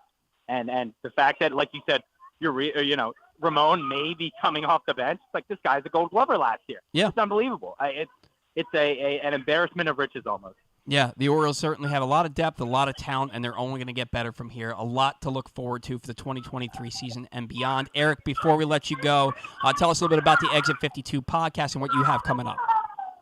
Yeah, Exit 52, again, we're just covering all things Baltimore. We had we have Grayson on a couple of weeks ago, and he had some really great quotes where he had one that really kind of fired me up, where he said, we asked him about the big leagues and making it. He said, I go to bed every night dreaming about it, and I wake up every morning thinking about it. And he's like, all I want to do is get down to Florida. And I literally pounded my desk, and I was like, that's what we want to hear. That's what we need. So it was a great interview. Really enjoyed it. But yeah, again, we're just covering all. Right now, we're full on Orioles. We'll talk Ravens, when the time comes. But I think right now everyone is buzzing about the Orioles. So yeah, come on over and give it a listen if you want to. We're looking forward to all the Orioles coverage you can give us, Eric. Always great when our paths cross. Let's do this again soon, okay? Absolutely. Thank you, boss. All right, man. Have a great weekend. And that was Eric Arditti from Barstool Sports and the Exit 52 podcast, gracious enough to join us. And it seems like he did tell me that he was at the Science Center with his kids, or with his daughter, so there's a lot going on there, but he still was able to give us great content and spend about 20 minutes with us today. So certainly appreciate that. Thank you very much, Eric, for doing that for us. We're going to catch our second break. Want to remind you the Bat Around is brought to you by PressBox Offers. Baseball betting is here. Bet $5 with DraftKings and get $200 in instant bonus bets along with other great incentives and promos when you sign up at PressBoxOnline.com/offers. Baseball future bets, season specials, and player award bets are already live in Maryland. Go to PressBoxOnline.com/offers now for your shot at winning big. When we come back, Zach is going to sound off about a familiar topic, and then we'll get into some Orioles banter. That and more next on the Bat Around. The Baltimore County Police Department is hiring. Entry-level officers start at over $60,000 and over $64,000 for lateral officers, with $10,000 signing bonuses available. Plus, cadets start at over $32,000. Great benefits are available like medical, dental, and vision insurance, tuition reimbursement, 15 sick days per calendar year with no limit, career advancement to more than 20 specialized units, and more, with further incentives for military service members and veterans. A passion for service, a career for life with the Baltimore County Police Department. Find out more at joinbaltimorecountypd.com or call 410-887-5542. Must be a United States citizen, have a valid driver's license, and a high school diploma or GED equivalent. Stan the Fan here, welcoming back one of my favorite sponsors, the Costas Inn. And everybody around Baltimore knows the Costas Inn is a great place to go and grab crabs, steaks, salads, soups, whatever's on your mind to eat in person. But did you know that the Costas Inn has upped their game? They are now one of the premier takeout places in Baltimore. Give them a call now to order your food, 410-477-1975. That's the Costas Inn over 4100 North Point Boulevard. Make the most out of every day in your Toyota RAV4. Available in hybrid or gas-only models. A RAV4 can get you where you want to go in style. Check out buyatoyota.com for deals on new RAV4s from your local Toyota dealer today. I'm Griffin Bass, and I have the extraordinary, mind-blowing, and life-affirming pleasure of being the new producer for the absolute funniest, smartest, and most handsome sports host in all of Baltimore. Wait a second, Glenn, I'm working for you, not Jeremy Kahn. If you're not listening to Glenn Clark Radio, here's what you're missing. He's Coach Kevin Willard. Glenn, thanks for having me. Baltimore Ravens wide receiver, Rashad Bateman. Thank you, I appreciate it. He is outfielder Cedric Mullins. Thank you guys for having me. Mr. Marcus Williams, who's now with us. Man, appreciate it. Happy to be on. Ravens kicker Justin Tucker. Thanks for having me. Adley Rutschman. Absolutely, thanks for having me on. John Angelos. Thanks a lot. Good to be with you. Ryan Mountcastle. Thanks for having me on, guys. Marlon Humphrey. Thank you. Talia Tungavailoa. Thank you guys for having me. He is J.K. Dobbins. Thank you for having me. I had a great time. The great Ray Lewis. Always good to be on. He is Mr. Cal Ripken Jr. Good chatting with you. Watch Glenn Clark Radio at youtube.com/PressBoxOnline and listen live at PressBoxOnline.com/radio or anytime on Apple, Spotify, Amazon, or anywhere you get your podcasts.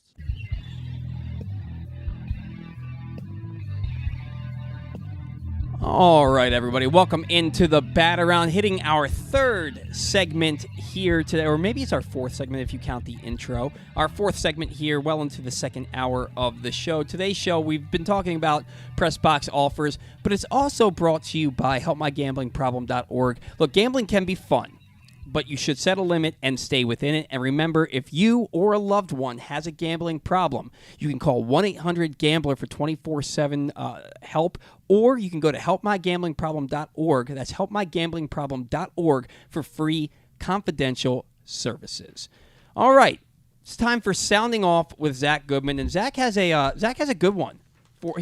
All of his ones are good. This one I'm particularly excited about because I have a lot of thoughts on this. But go ahead, Zach. Yeah, I kind of want to just frame this as a discussion. Manny Machado, as we have already heard on the show before, announced that he will opt out of his contract after the season. Now, I don't want to go out here and say that it's going to be 100% because guys can change their minds. And if the Padres somehow make a World Series run and win it all, maybe he decides not to opt out. I don't know. It could change. But he signed through really the 2028 season, which is a player option for that year. So it gets a little complicated because he does have this opt out.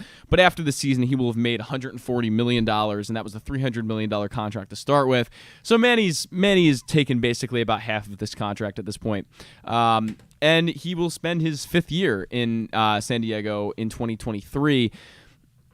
I don't know if I like this decision for Manny Machado. I don't know if I like it. And I think it makes me question, too, if I'm the Padres, who are a team that's been given out basically every year. They give out one big, massive contract. And this year it was Xander Bogaerts, Manny Machado. You look at Juan Soto, who's going to get absolutely paid at some point in his career pretty soon. This is a complicated thing when we talk about these long contracts because you look at Albert Pujols, and I've said on this show before that that's a contract that didn't work out, and it makes you think about the long-term viability of these contracts, especially when you look at Manny Machado, who has this opt-out built in. This is a 7-WAR player, a guy who, like you said, should have won MVP, hit 32 home runs, hit 300, OPS of 900, 59% better as far as OPS than everybody else in the league. It is, or league average, I should say. He is an impact player at all levels.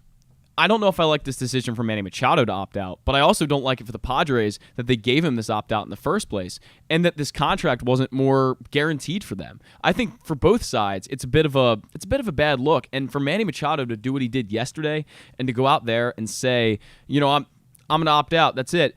It doesn't show commitment to the team. It doesn't show commitment to winning. If I'm the Padres, I don't like any part of this. Any part of it. I think they made a mistake in the first place, and right now they've got to be upset with what Manny Machado said.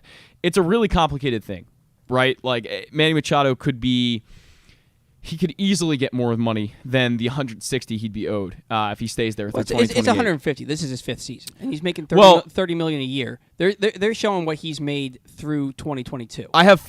So the contract through 2023 is 5 years, $140 million. So I'm guessing the other half is maybe it's a little backloaded. Yeah, it's a little backloaded. So Machado's going to make his money either way. He's going to sign. He'll probably get a huge contract wherever he goes. Well, look, he'll be 30. He'll be 31 in August. Yeah. Right. And we saw Xander Bogaerts is 31. Yeah. Trey Turner's 30. Aaron Judge is 30. Yeah. And we saw all three of those guys sign for 9, 10, 11 years. Right. and a ton of money. Right. And Manny will get a 10-year, $360 million deal by opting out.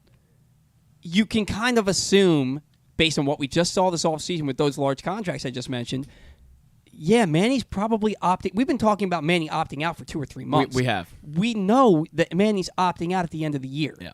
You've got a team that is potentially the favorite to win the NL West this year. They're a World Series favorite. You've got one of the best lineups in baseball, one of the best rotations in baseball. You just finished second in MVP voting when you should have won it. You're the heart and soul and the leader of that team right now. Right. And now it's a really bad look for him. The first day of reporting, right, and you come out and say, the Padres know I'm opting out. Right. I'm not looking to 2024. I'm only thinking about 2023. You basically said, I don't care about the Padres as much as I care about padding my wallet. Right. To me, it's a bad look, and it shows selfishness, like Stan said. And now, look, even if Manny goes out and hits 255 this year with 31 home runs and 93 RBIs, and he's a 5-win player instead of the 7-win player that he was last year, he's still going to get his bag. Oh, yeah. He's still going to get paid. But he's put the pressure on himself to go out there and repeat what he did last year. So I look at that, and maybe the Padres trade him by the deadline to try and get, because they can get a decent package for him. He can go play for another team. He might have a no trade clause built in there, though. I would have to check on that. Maybe, but maybe they think, all right, we can trade you. Yeah. We can get something for you, and then we can sign you back in the offseason.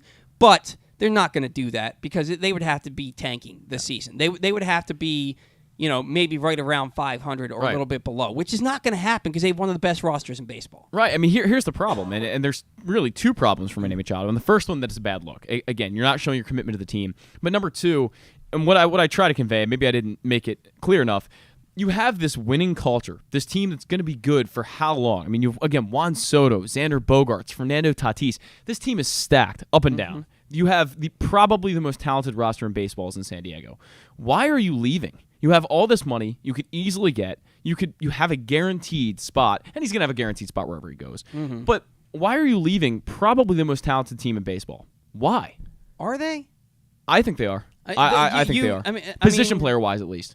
Who's playing first base for them? Is it Cronenworth, or is he playing second? Now that Hosmer's gone, I'd have to check on what they're planning on there. But Hosmer played, majority of their games last year, so I don't know who they're going to. Well, he got traded at the deadline to he the did, Red but Sox. I'm just saying he did have the majority of their games there. I mean, Brandon Drury played. I don't believe Brandon Drury re-signed with San Diego though. Yeah. He's now. I think he's still a free agent. He's with the Los Angeles Angels now. So, that's right. He did sign with the Angels. That's so. Right. I'm not sure. I'd have to check on that. Who their guy is going to be. You've got Bogaerts, you've got Machado, and you've got Tatis, and you've got Soto. Yeah. But I mean, that's 4 guys, right? Your starting catcher is it Nola? Austin Nola. Nola, not great. Your second baseman, Cronenworth's a good player. Cronenworth is a very good player. He's a very good player, but is he playing? Who's playing second and who's playing first? If Cronenworth's taking one of those positions, who's playing left field for you? How good? You got Hae-Sung Kim in there too. Yeah, who I like. Yeah, but I mean, he's good. He's not great. He still has a lot to prove. And where is he playing? Is he playing second base now? I believe Hae-Sung Kim will be the utility guy. Is what I heard. Because Tatis is moving to center. Right, he's going to move to center field. You're going to have Soto and right. Who's playing left field? Is it Grisham? Is it Trent? So Trent Grisham played the majority of games in center field for them last year. And he's okay. Hit 184. Yeah, he was better the year before. Speed and defense guy, first and foremost. So I'm not going to go out there and say that they have the best roster in baseball. I mean, I think the Dodgers still have that. The Mets are loaded. The Braves are loaded. The Angels are loaded, for that matter. So are the Astros. I'm not going to say they're very good, and their starting rotation is pretty damn loaded. I don't think that Manny thinks he's leaving.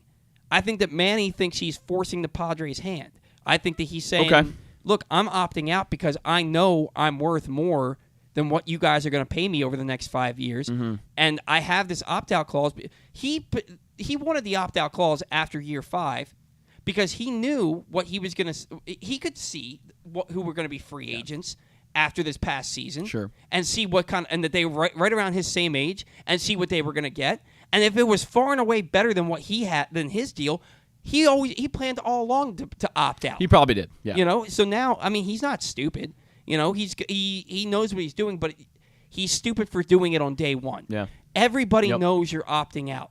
You don't have to say it the day that you report when you're a potential World Series contender, and just make everybody know that you care more about Manny Machado than you do your team. Well, this would have made a lot more sense if the Padres were going to win 82 games this year, right? I mean, they still might. And they still might. They could fall flat on their face and win 80 games. But if you're looking down the stretch, say you're in July, and if you're the Padres, especially from a front office standpoint, you're looking at a season where you probably aren't going to make the playoffs. And if you're Manny Machado, that's the time you say, you know what, I'm going to move on. I think I'm done here. But making that predetermined decision that, hey, I'm out immediately. And you're right, he's probably been planning this for 3 years, at least. Maybe when he signed the contract, he figured, hey, I'm going to opt out because I know these guys are going to get money, and I'm going to get money too. But the other thing is, it's not stupid of him to leave the Padres because the team that's going to give him the money is going to be a contender.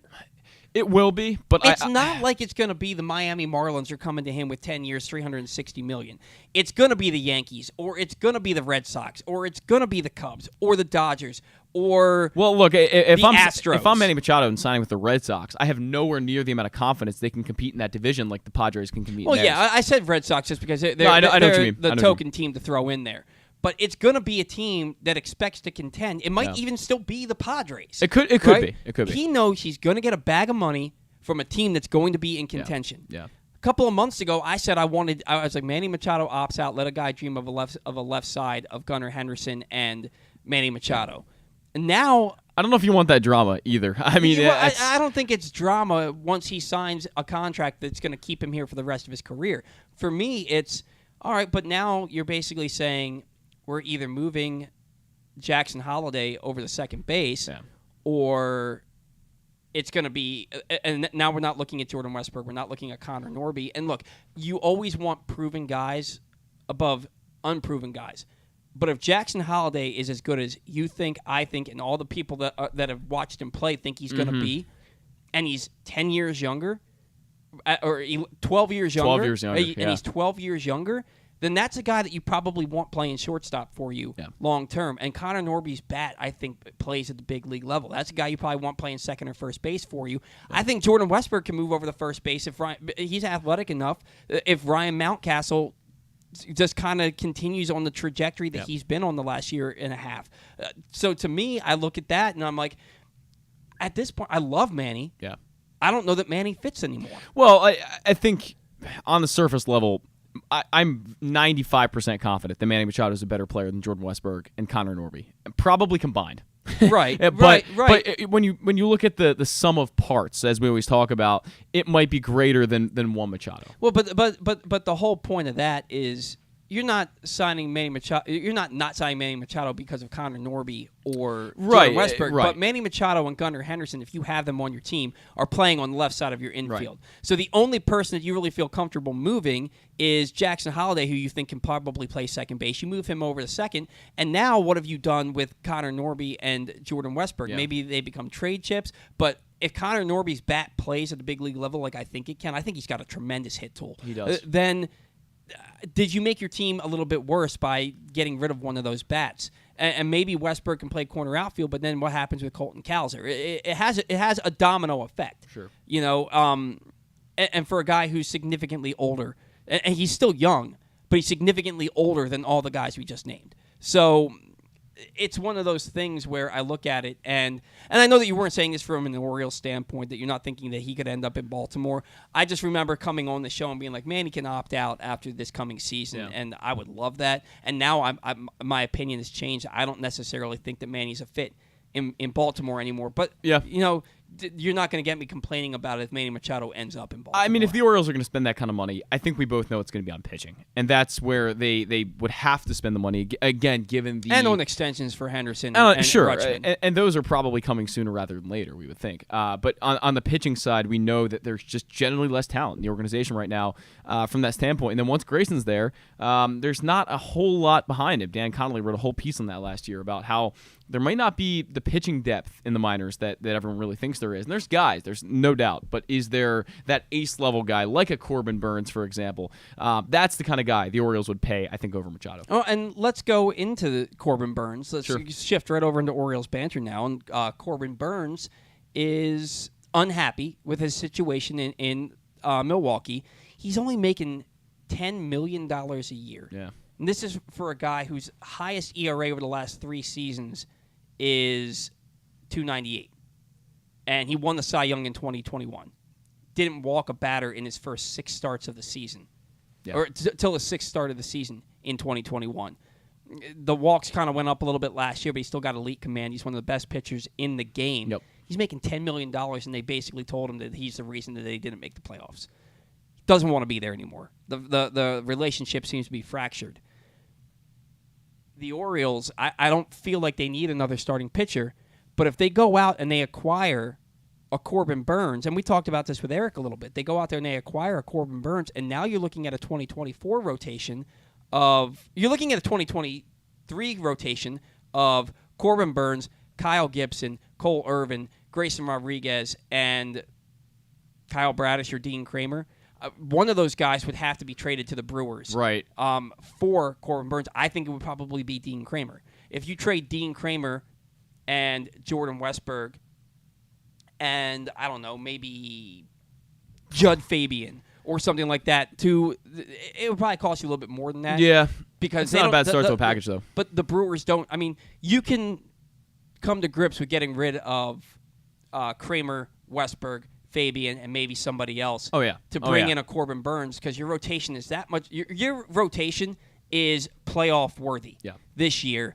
And then next year, when it's Burns, Grayson, DL, Bradish, and maybe John Means, then you're looking at a rotation where you're like, John Means is your 5th best starter. Yeah. You know, to me, it's a move that you absolutely have to look into.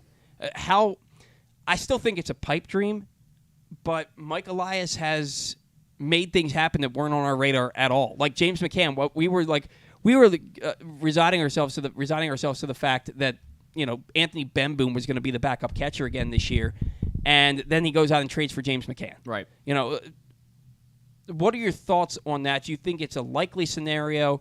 What kind of a package do you think it would take? Is my package worthy? What do you think? That's what I asked my last date. Yeah, I actually think you were in the ballpark. I think that would probably be pretty close. They would want a starting pitcher in return, no doubt, big league ready, and they would want somebody that can contribute to their offense. Yeah, I mean, and Fabian's a guy I think probably teams are going to look at very differently. There's some teams are going to value him a lot more than others. You because trade that Ramon Arias and pair him with his brother. Sure, I mean that could definitely happen too. The package would be significant, especially given the fact that this is a Cy Young winner, a guy that's consistently putting up under a 3 ERA every year. Mm-hmm. It would be a significant package, but I actually don't think it's as unlikely as you think it is. I think it's more plausible than a lot of other situations we brought up on the show because the Orioles have that need. Corbin Burns, the relationship there now is obviously frayed, and it's a guy that Mike Elias can have for $10 million and probably next year, 15, 16? I don't know how much it's going to go up. We'll see. But it's a relatively cheap ad, and then if you can guarantee that extension, which is obviously very difficult, but if you can try to guarantee an extension, get one done early, you're looking at an unbelievable add to a rotation and a guy that consistently makes a difference. I mean, we can talk about how good Bradish is, how good Kramer is, any of these guys, but they're not Corbin Burns. No. I'm not sure they'll ever be Corbin Burns. This guy's striking out 13 people per 9. It's just he's unreal. He's giving you 200 innings every year. Corbin Burns to me, and look, you don't know where Ramon Arias is going to play. Yeah. You don't know that Jordan Westberg has a spot because I don't think his bat is at the same level as Connor Norby. Yeah. You know that Jackson Holliday is likely going to be your starting shortstop by 2025, if not 2024. You're looking at this and, okay, I'm trading Ramon Arias, who's a Gold Glover, who is a 3.5 WAR player. Yep. I'm trading Jordan Westberg, who's really versatile on our minor league organizational player of the year, and I'm trading a legitimate big league starting pitcher in either Kyle Bradish or Dean Kramer. I'd rather it be Kramer because I think Bradish has a significantly higher. You know ceiling. what though? That I think if you put Bradish into that package, that gets the deal done. Yeah, but then maybe Tyler Wells or maybe DL Hall is in your rotation now. But I look at that and I say that's doable. I would send DL Hall. every time. No, every time. No, DL Hall's got a better arm than all of them. He's got a better. You think he's going to be better than Corbin Burns? Corbin Burns doesn't walk guys. Okay, but if DL Hall ever gets that command under wraps, I think DL Hall is one of the top pitchers in all of baseball. That's fair, but Corbin throws 99 with a deadly cutter. Okay. DL Hall throws 99 with a deadly slider, a deadly curveball, a deadly the changeup that he throws. Also, he's got 4 pitches that he can throw at any time. And we heard it from Keith Law. You weren't here for that show, but Keith Law said DL Hall doesn't throw strikes because of DL Hall. He's got the ability, he's got the command to do it. He just doesn't do it because instead of trusting his stuff, he tries to nibble. And it's like, you don't need to nibble. Your stuff is disgusting. We heard what Eric Arditti said that Ryan Ripken told him, where he said, I'd rather face Grayson than DL Hall because you know Grayson's going to blow his fastball by you, and you can't catch up to it, but you know it's coming. DL Hall is going to embarrass you. I'm telling you, I think DL Hall has the potential to be one of the best starting pitchers in all of baseball. His arm is so special. He's got to prove it. But there's no way that I'm trading DL Hall in a package for Corbin Burns. I wouldn't even do it straight up. I wouldn't see. I'm on the complete opposite end. I wholeheartedly disagree. I wouldn't even question it. I would so easily do that. But the only problem with that is if Corbin Burns didn't want to be in Baltimore and then they don't get an extension done, then that's a situation where you're getting kind of robbed a little bit if you're the Orioles. But I disagree, and that's fine. I need a DL Hall jersey. I think it's official. I think you do. I'm like the president and CEO of the DL Hall fan club. It's your opinion. I'm not going to disagree with it. Well, I do disagree with it. It's your opinion though, and that's fine. Personally, for me, Corbin Burns is already one of the best pitchers, if not the best pitcher in Major League Baseball right now. He's not the best pitcher in Major League Baseball. He was in 21, no doubt. He was in 21, but he's. I mean, you still have DeGrom, Scherzer, maybe Verlander's the guy I'd put ahead of him. Yeah. But those guys. But when you factor in the age too, I mean, you're not. He's very good. He's very, very. I mean, if we just look at some of the numbers, let me pull these up real fast. I mean, if we just look at some of the numbers, 2.94 ERA this year. Struck out 10.8 people per 9, but last year it was 13. Walked only 2.3. WHIP of 9.65. I mean. WAR of, let's see what his WAR was. He only a 4-WAR player this year, but I would assume last year it was probably closer to. Let's see. If you go from the end of July to the end of the season, his ERA was 4.60. Yeah. So he kind of fell off a little bit, and maybe that's why the because the Brewers, if you remember, they kind of fell out of it, and then they got back into it, and they were in it until like the last game or two of the season. I think it was the last weekend of the season, or the last 3 days of the season. They were a game back of the Phillies, and Corbin Burns wasn't good down the stretch for them. But you don't say that to your best pitcher. No. To your former Cy Young Award winner. Like you don't say that to him. So I don't know, man. I would love to have Corbin Burns. I think that the Orioles could put a package together that doesn't hurt them at all, and doesn't have to include DL Hall. We'll see how it goes. Michael Lai said he's still talking to free agents and he's still looking at potential trade partners. We'll see what happens. If I don't want to see another pitcher added to the Orioles rotation because I think they have arms that I like up and down. Yeah. But if it's Corbin Burns, then yes, there's not another pitcher in the rotation that's better than him right now. So if Corbin Burns is added, as long as DL Hall or Kyle Bradish aren't going back in return, I'm good with it. Now, moving on to other things here. We talked a little bit about this earlier. Cedric Mullins and Adley Rutschman, number 71 and number 41 in the top 100 players right now by MLB Network. You gave me your thoughts on this a little bit earlier. You said that it's an appropriate rating for Cedric. Especially for Cedric. Adley, I think, should be a little higher. Maybe. Yeah, maybe.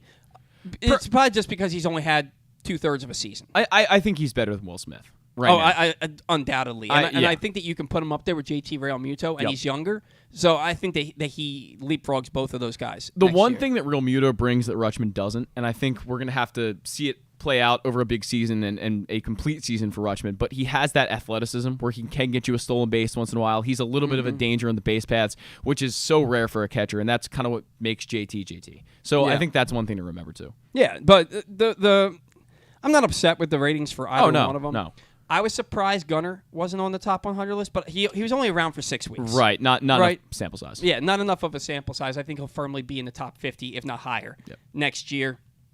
Was there anybody else Maybe Felix Bautista that you feel like should have been on this list. That's a really fair argument. I think it's harder for. I don't know how many relief pitchers ended up making the list. I'm sure, and his name is Devin Williams. Yeah, with the Brewers. He's on the list, but I think he was in the 90s or the 80s. Okay, yeah. See, I think if you're putting Devin Williams there, who's arguably top 5, top 3 maybe reliever in baseball, along with guys like Emmanuel Clase and others.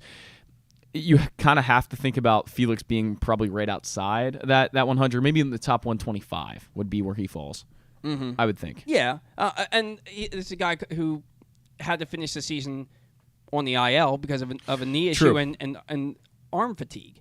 So I don't know. I don't know that there's any snubs for the Orioles this year, simply because of the fact that they had 2 guys on there. And they were probably the 2 most deserving guys. Yeah. I think that you're going to see... And Anthony Santander, you can make an argument for, but that batting average... What did he hit, 241? Not only that, the OBP is just too low. Yeah. Too low. He's a switch hitter that hit 33 home runs last year. He's a good player. Yeah. I need Anthony Santander to be better. Yeah. Look, he was really good last year. And he doesn't swing and miss a lot. If Santander strikes out, it's because he chased, right? But when a pitch is near the zone, he doesn't swing and miss very often. I think he's very hard to strike out with in that regard. But he does. He needs to get on base more, and he did get on base more this past year. It's got to be higher than that, especially if he expects to hit in the middle of the order. Now, if Santander is my 6th hitter, I'm cool with it. And last year I said Anthony Santander should not be hitting 3rd for this team. Yeah. And no, he should never have been. And he liked that. He'll go through Twitter, through social media, and like comments that doubt him. And it's like, look, man, you didn't do anything to change my mind on that. I love Anthony Santander. I like that he's on this team. I love the power that he brings to this team and the levity that it brings. He's got a great personality. Yep. I love all those things about him. I don't love when my 3 hitter hits 241 with a 318 on base percentage. Right. I want my 3 hitter to hit 290 with a 350 on base percentage. Yeah. That's why that's again why I wanted them to get a legitimate middle of the order bat this offseason so that you can put that player there and protect Mountcastle and Santander so they can go out there and perform at the highest level that they're capable of. Too many times we saw your 3, 4, 5 hitters come up with guys on base and strike out to end potential rallies before they even started. Nothing against Santander. He just needs to hit lower in the order. And I think he'd make a really good 6-hitter. Yeah, I do really too. good 6-hitter. I do too. And so let's talk about the Orioles lineup a little bit here. Because Cedric Mullins is leading off and playing center field. You know that. Brandon Hyde, Michael Elias, they both said that, right? So your number 2 hitter, Adley thrived in that role last year. Mm-hmm. Do you want Adley hitting 2, or do you want Adley being in a spot where he can be more of a run producer? I think that Gunnar Henderson bats from the left side, can hit the ball all over the field. He could potentially be a big doubles guy. He's got speed. He obviously can get on base. Yeah. I think Gunnar Henderson, because I would love to see Adam Frazier there and then go Henderson, Rutschman, Mountcastle, Santander. But I don't think I don't think that Frazier is going to hit 2 for them. So are we talking my personal preference, yes. or the possible opening day lineup for the Orioles? Your personal preference. My personal preference, I would put Gunnar at 2. Mm-hmm. I would put Gunnar there because I like that speed on speed. You get a little bit of speed with obviously with Gunnar, but a lot of speed with Cedric Mullins. I like kind of having that duo there. And Adley Rutschman, I just think he's got to be in the 3-hole based on the fact that he's just such a run producer. I don't think you're going to have a on base percentage from Gunnar Henderson probably above 340 this year. Mm-hmm. I would hope, and hopefully from Cedric Mullins above that too. If those 2 guys are getting on base and Adley Rutschman is in the 3-hole, he's going to be producing runs left and right. And right. So he's got to be there for me. That's my top 3, and I think that's pretty simple, and I think you're in the same boat. It's 4 down where it starts to get a little tougher. Right. And the thing about putting Rutschman in the 3-hole is you don't necessarily... The only thing that concerns me is Ryan Mountcastle's propensity to chase. Yeah. Is that you don't have to pitch to Adley. Now, look, if Mullins and Henderson are on base in front of him, mm-hmm. you don't want to put him on base and then have the bases loaded for you. But you may be more willing to face Mountcastle, Santander, Hayes if you think that you can get those guys to because that's what the problem. Those are your 3, 4, 5 hitters last year, right? And they all chase. that's again, it brings up the need so much for that 4-hitter. Yeah. That middle of the order hitter. That one piece they're missing. Now, it's up to Mountcastle to prove that he's that guy. Mm-hmm. I have all the faith in the world in Ryan Mountcastle becoming the hitter that we saw him be all through his minor league career, and the hitter that we saw him be from May on in 2021. Yeah. And the hitter that we saw through June of last season. Yeah. And he was unlucky, but he's got to find a way to lay off the low and away slider. He's got to find a way to get on base, and he's got to find a way to have his contact to damage ratio be higher. Yeah. Because it just wasn't enough last year, and you need a guy that's going to hit 4 for you, protecting the guys in front of him and the guys behind him. My 4, 5, 6, personally, if I had to break down the next 3, I'm putting Santander 4. 33 home runs last year, better on base percentage than Ryan Mountcastle. And having that switch bat, again, is going to make a lot of sense. You're going lefty, switch. I think that's a really tough top of the lineup to face. Mountcastle 5, I think, makes a lot of sense. And then 6 is where it starts to get a little tougher, because I do like Santander at 6, too. I think that makes sense there, but you just reminded me there really isn't a better guy at 4. I'm not sure there's a better guy at 4. So when you look at 6, I guess you're looking at Austin Hayes, probably as your 6-hitter. See, for me, it's Mountcastle 4. Okay. I guess Santander 5. So yeah, Austin Hayes is your 6-hitter. I could go with that too. Yeah, sure. And then what is it? You're looking at Arias or Frazier 7. I think Frazier's like a perfect 7. Yeah. Then it gets a little tougher. I don't know. Well, who's your DH? Is it Stowers 7? That's what I'm thinking. Yeah. Arias. I think you got to go Arias DH at 8, and then in your 9 hole Mateo. Yeah. So then where's Adam Frazier? Well, he was at second base, batting 7th. Batting 7th. Okay. Yeah. Adam Frazier, I can't remember. Is he strictly a lefty? Is he a righty or is he a switch He is hitter? a lefty. He's a lefty. So you could actually throw Frazier in the 8 hole and put Arias 7th. That would actually make more sense. And then you've also got to look at the fact that if your starting lineup is Mullins, Gunnar, Rutschman, Santander, 2 out of every 3 games, you're going lefty to start. Right. And then you're going righty, maybe lefty. I think that Hyde would want to, but again, if you're facing a righty and you're playing in Camden Yards, maybe you want to stack it with left-handed hitters. Exactly right. I think that's the strategy. But I also think you'll see Santander and Mountcastle kind of switch in and out of that 4 role, and I think you'll see Rutschman get a lot of time there too. Yeah, we've seen it so many times. I would change my ways. No, that's shine down. Anyway, we've seen it so many times where Brandon Hyde he doesn't have the same lineup back-to-back games. In fact, I think it was 2020. He did not have the same lineup on back-to-back days in any game that year. Which is crazy, right. It is crazy. And then he had the same lineup in the first 2 or 3 games of the season in 2021. He's not afraid to change up his lineup to what he sees fit.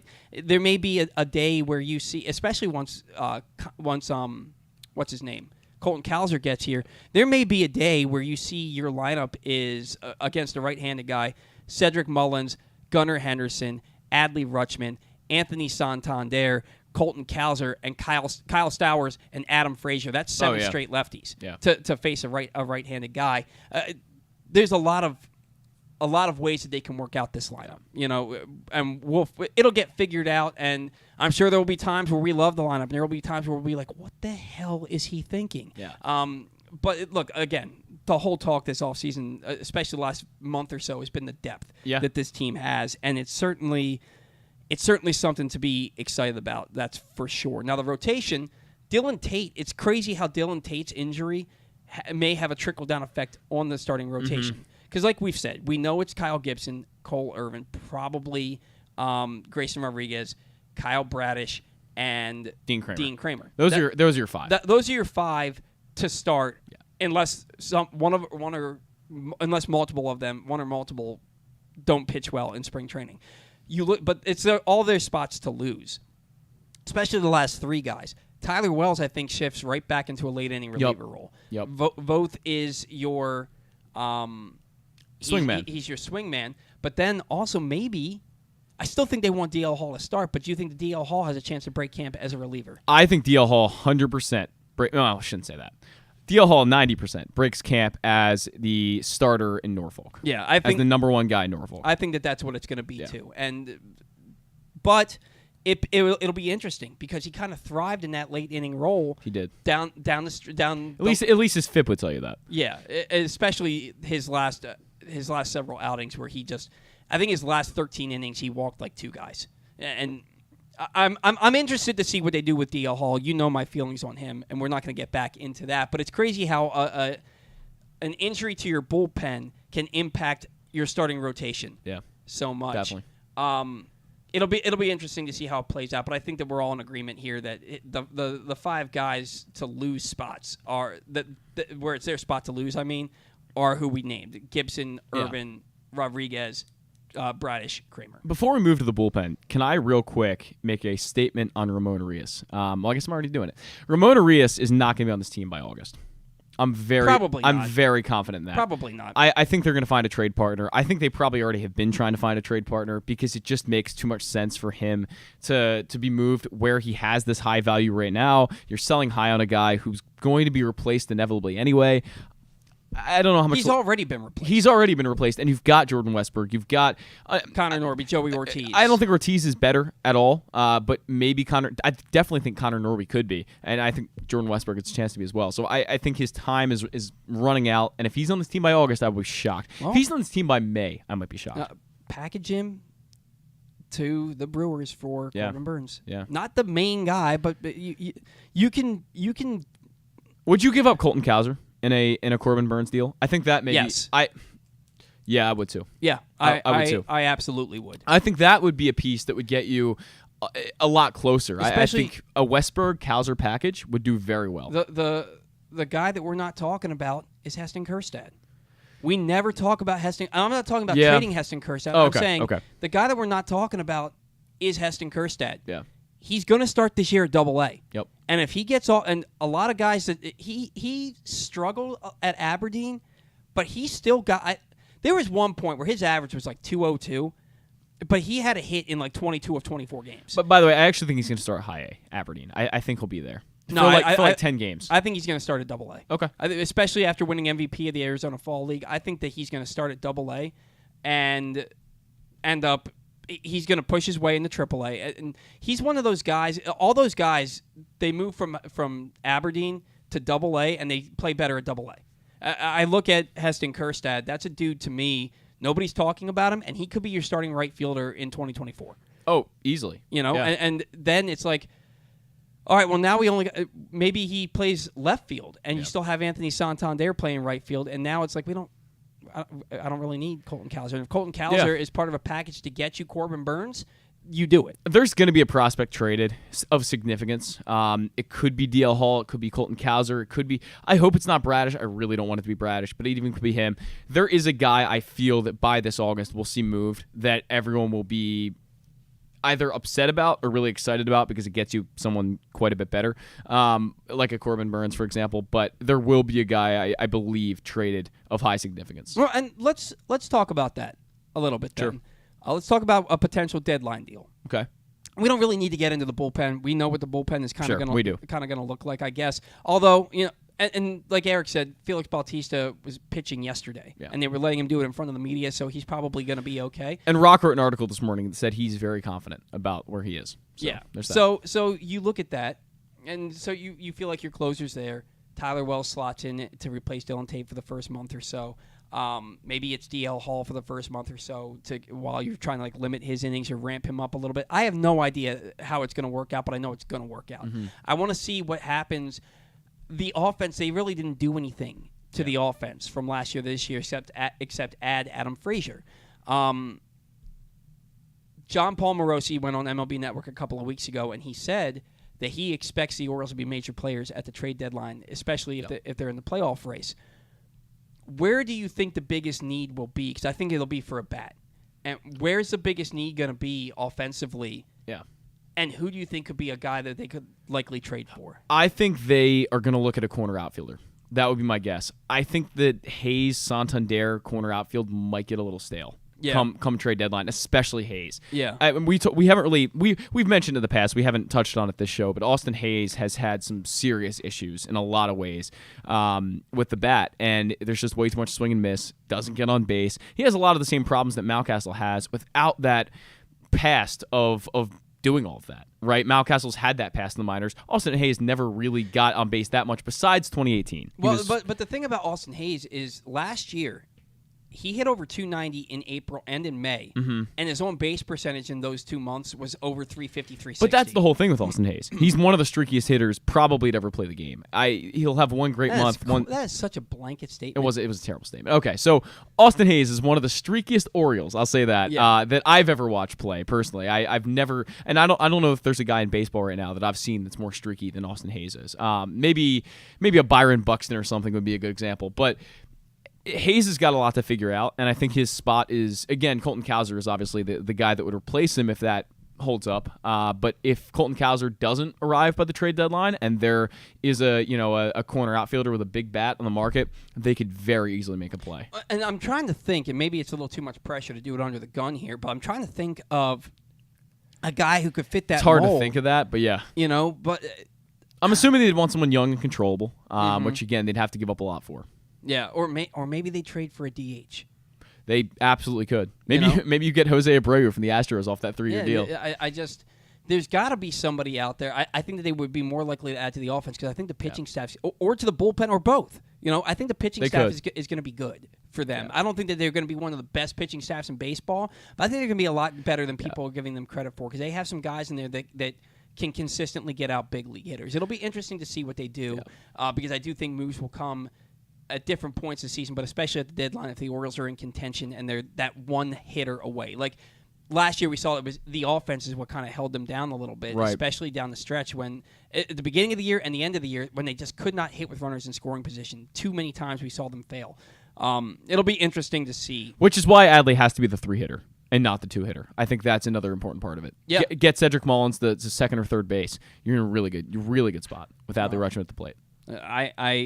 I think we agree on that. All right, today's show brought to you by the Toyota Tacoma, which comes in a range of models and trim lines. You can choose the perfect Tacoma to reflect your unique personality and driving habits. Simply check out buyatoyota.com for deals on new Tacomas from your local Toyota dealer today. When we come back, Zach's got apparently a doozy of a trivia question. At least that's what he said last week. Zach's got a trivia question for me, and we'll do final thoughts. That to close out the show next on the Bat Around. Whether your focus is luxury and comfort, convenience and technologically advanced connectivity, or sporty performance and aggressive styling, we've got the perfect Highlander for you. Check out buyatoyota.com for deals on new Highlanders from your local Toyota dealer today. That first sip. That first bite. Start your day off right with a delicious breakfast at Royal Farms. Choose from a fantastic selection of fresh Royal Farms breakfast sandwiches and top it off with a rich hot cup of the freshest coffee in the world. At Royal Farms, breakfast is available day and night. It's the freshest breakfast in the world. Real fresh, real fast. Royal Farms. The latest edition of Press Box is available now. On the cover, Luke Jackson profiles Orioles phenom Gunnar Henderson, breaking down how he was able to become the top prospect in baseball at such a young age, and what could be next in his first full MLB season. Also inside, we meet lacrosse players from the men's and women's college programs across the state, and Bo Smoka breaks down another year of wide receiver issues for the Ravens. Press Box is available for free at over 500 area locations, including 60 Royal Farm stores, and you can always find the entire edition, as well as the best daily coverage of the Orioles, Ravens, and Terps at PressBoxOnline.com. Gambling can be a fun and entertaining experience, but there are risks involved. If you're planning on betting on the game at the casino or on your phone or computer, know your limit, stay within it. Set a budget and a time to stop. Remember, gambling isn't a financial solution, and it doesn't mix well with alcohol or drugs. Know the risks and have a plan before you begin gambling. For free and confidential services, call 1-800-GAMBLER 24/7 or go to helpmygamblingproblem.org. There's something for everyone this February at Laurel Park. Come watch live horse racing every Friday through Sunday and join us on Saturday, February 18th for the Winter Stakes Spectacular featuring 6 stakes races and $900,000 in purses, including the General George and Barbara Fritchie Stakes. The fun doesn't stop there. Stick around for our Winter Mardi Gras celebration with live music, delicious food and drinks, and a carnival atmosphere. Plus, don't miss out on President's Day holiday racing on Monday, February 20th. Visit laurelpark.com for more info. That's laurelpark.com for more. See you at the track.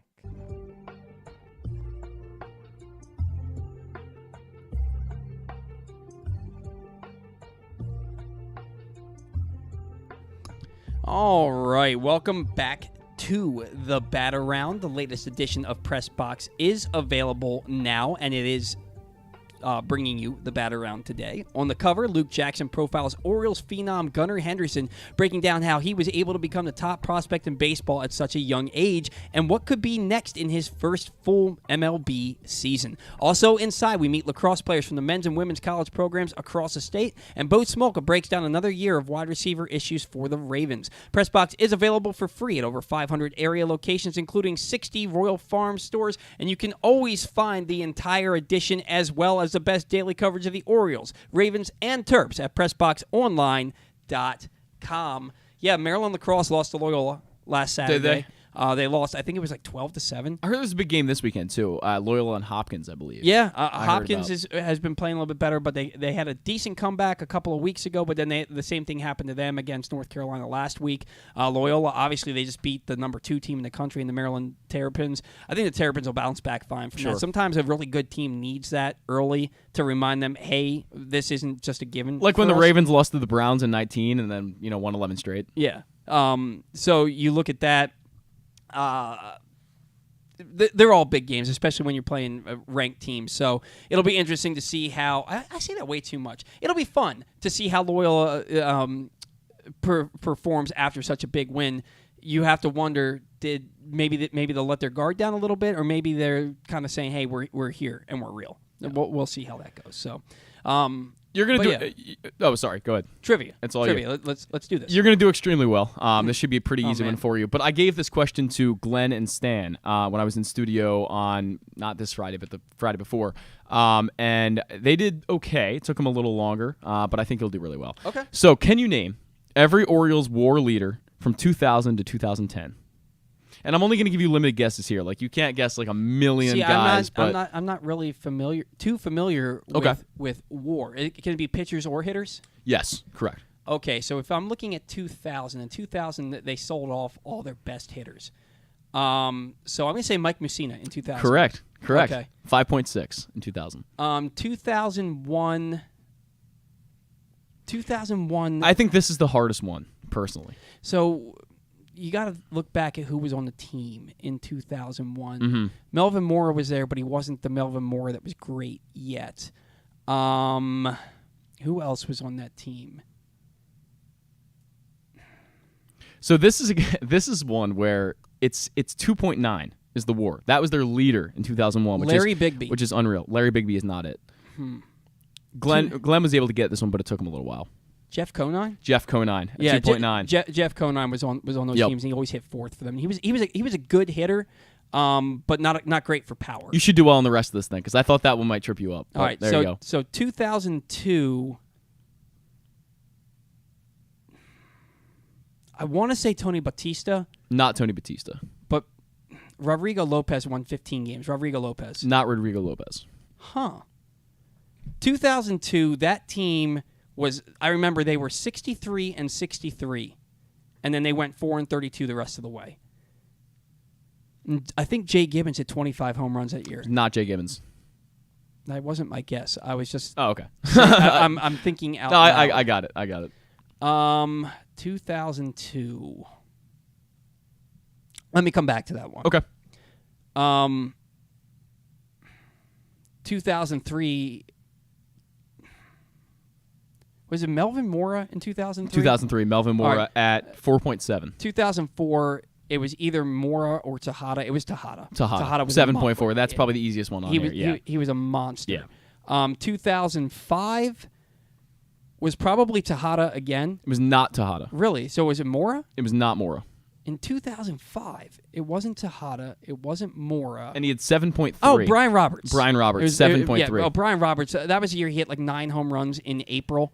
He hit 318 that year. That was the year that he, on a bunt play, his arm got bent backwards at first base. But he was really, really good. He had 18 home runs that year. 2006 was probably Brian Roberts again. Not Brian Roberts. Was it Tejada? It was Tejada. Tejada. Yep. I think at 4.5. That was the year he hit 330. Okay. 2007, it was either Tejada or Markakis. I'm going to say Nick Markakis. It was not Nick Markakis. Was it Tejada? It was not. Really? Brian Roberts? No. Really? Nope. Was it Eric Bedard? Eric Bedard. There you go. 5.8 for Eric Bedard. 5.8. Okay. 2008, I know it was Nick Markakis because he led the American League in WAR that year. Markakis 7.4. 2009. 9 and 10 are tough. A little bit tougher. I wouldn't get them, personally. Let's see. 2009. It wasn't Jones. He hit 19 home runs that year, but it wasn't Jones. It wasn't Luke Scott. He hit a lot of home runs, but he was on the team, right? Luke Scott in 09, I believe he was, but he's not the answer here. Yeah. Let me think about who was on that team. I just remember in 2009 going to games, or not really then, but a little bit after that, where they do the Luke thing. It was always great. Love Luke Scott for that. Oh, I know 2002. It was Delano DeShields. It was not Delano DeShields. Really? No. It was not. Maybe that was 2000. Well, 2000. Delano DeShields was really good in 2000, I think, for the Orioles. I think he stole like 40 bases, hit like 40 doubles. So it wasn't, that sounds right. 2009. See, it's really hard to remember who was on that team. Yeah, it's not a good one. Yeah, they won 64 games in 2009. Yeah, Jones and Markakis were on that team. That was a year where it wasn't. I can give you a Markakis. hint if you want. Was it a pitcher or it was a pitcher? It was a pitcher. Yeah. In 2000, was it Brad Bergeson? Brad Bergeson at 3.3. That's sad because he was not good at. I mean, his season ended in like July or August because he took that line drive off. 3.3 is not a very high leader when we're talking and then more. 2010, I want to say it was Adam Jones, but he hit 19 home runs again. It was not Adam Jones. In 2010. It wasn't Aubrey Huff. It was not Aubrey Huff. Really? He had over 40 doubles and over 30 home runs that year. Or was that 2008? Yeah, no, Aubrey Huff was playing for the Giants. Was playing for the Giants by 2010. I think you're right. And it wasn't Markakis. And Brian Roberts, I think that was the first year of his deal, and that was the year that he hit himself in the head with his bat and got concussed. Wow. So it wasn't Brian Roberts. 2010, that was also Kevin Millwood's year, but he was terrible. I'm trying to think. And I know that's difficult for me. Have I already mentioned this guy's name at some point today? You have not. The 2002 one, you did. You did. Okay, so we'll go back to that in a second. Okay. Let's see. So 2010, you had. It's not Corey Patterson. No, not Corey Patterson. Corey Patterson was really good though in like 2009. I'm trying to think. Let's see. Who was playing first base in 2010? You want me to give you a hint here? No. Okay. I can't remember who played first base because Aubrey Huff was already gone by then. It wasn't Melvin Mora. Or maybe it was. It was not Melvin Mora. Yeah, 2009 was his last really good year. I'm trying to go around the horn here. So Ty Wigginton played first base that year, and it was not him. Okay. He actually had a pretty good year, though. 248, 22 home runs. I mean, he was an all-star that year. Ty Wigginton. Nick Markakis should have been an all-star, but it was Ty Wigginton instead. Oh!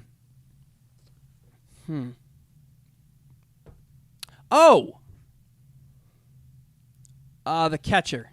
It was not a catcher. Really? No. I was going to say Hernandez. I think that was his name. Number is 4.5, if that helps at all. The WAR was... It doesn't. The WAR was 4.5. Yeah. He was a position player? No. Oh, he's a pitcher. Pitcher. Which means he was a starting pitcher. Yes. Who were the starting pitchers for the Orioles in 2010? None of them were very good. Because Bedard was gone. Daniel Cabrera may have still been around, but he... Oh! Duh. Jeremy Guthrie. Jeremy Guthrie at 4.5. So let's go back to 2002. You said I have mentioned this guy's You name. did, and this is the only one left. And he had that year, let's see, he had 4.7. 4.7. Pitcher or... Hitter. He was a hitter. Yeah. 2002. And you already said it, so... Not Jay Gibbons. Not Jay Gibbons.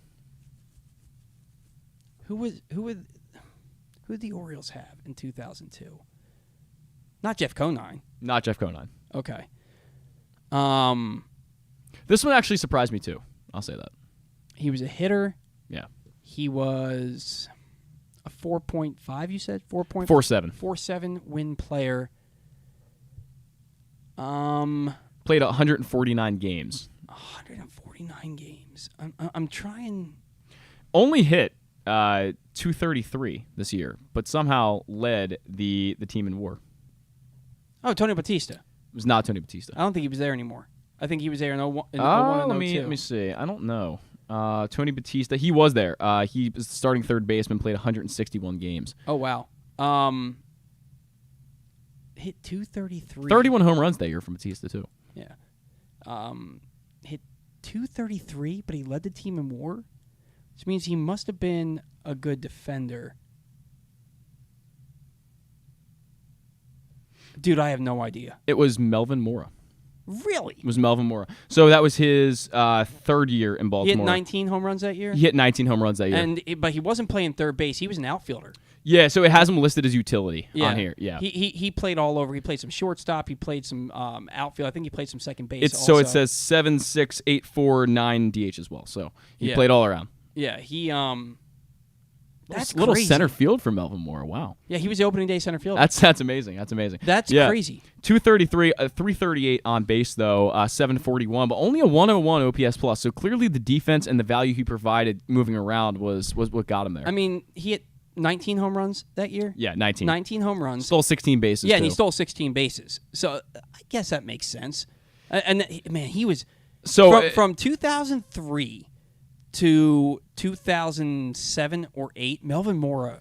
Actually, I think like 09. Melvin Mora was really good. Yeah, and that age 30 season when he got to Baltimore. It's crazy, I think, thinking of that. You know, you never think of him as a guy. Well, I guess I didn't because I didn't grow up watching him, but a guy who played really with the Orioles through his mid-30s, which is a crazy thing. I remember him in 03 is when he really came out and was like, because I think 4.7 WAR back-to-back years. Yeah, I think in 03 he hit something like 318. He had a really good batting average, but he only played like 85 games or something like that. I think he was fairly injured in 03.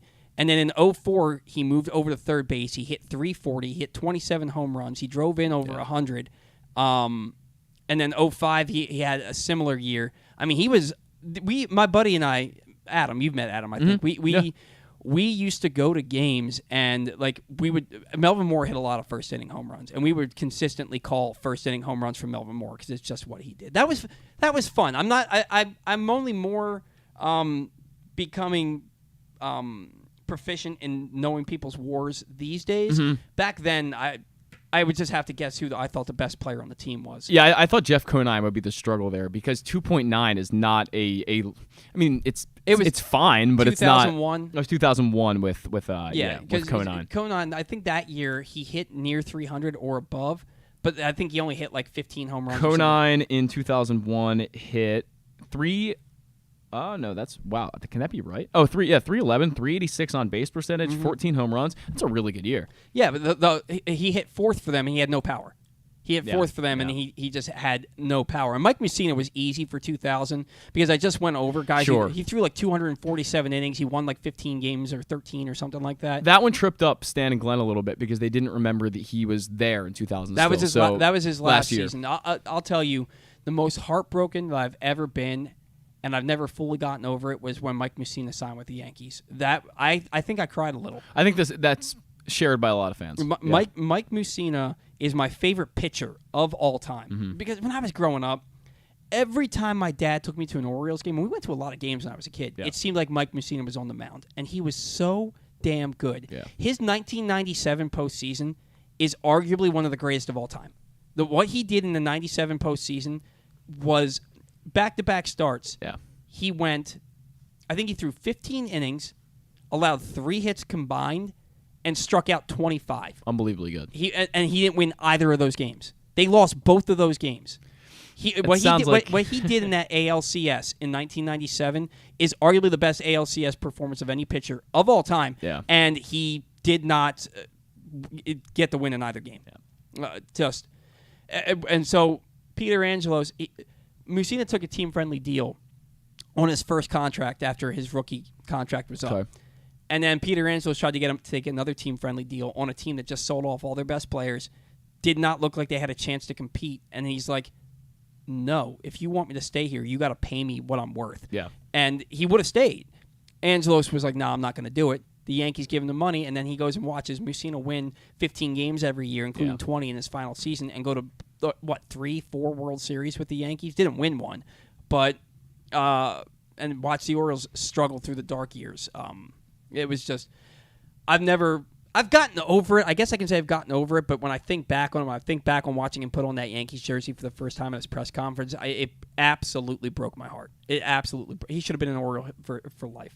But anyway, I digress. Final thoughts. I want to talk a little bit about Todd Monken coming to the Ravens. Okay. I'll share your final thought, though. We can get out of here in a minute. We'll only take a couple of minutes here. A lot of people didn't like the move. I wasn't sure. I was hoping they'd bring in somebody younger. Same. I don't think that John Harbaugh would hire somebody either younger or qualified like Eric Bieniemy that could potentially take his job.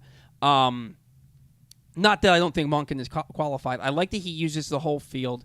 The Ravens' offense got too predictable the last few years, so he likes to use his running backs in the passing game. And I think that J.K. Dobbins is really, and Gus Edwards to a certain extent. I think that you can really use those guys in the passing game, and Justice Hill for that matter. I think that the passing game needs more flexibility there. They still need a legitimate wide receiver to come in here. But if Keenan Allen is on the open market, yeah, I would. If they bring in a Keenan Allen, Duvernay and Bateman come back from their injuries, and you have Mark Andrews and Isaiah Likely in year 2, the Ravens' offense could be dangerous. Very next dangerous. year, especially with the return of J.K. Dobbins to full health. Yeah. and what he can do, and Gus Edwards as well.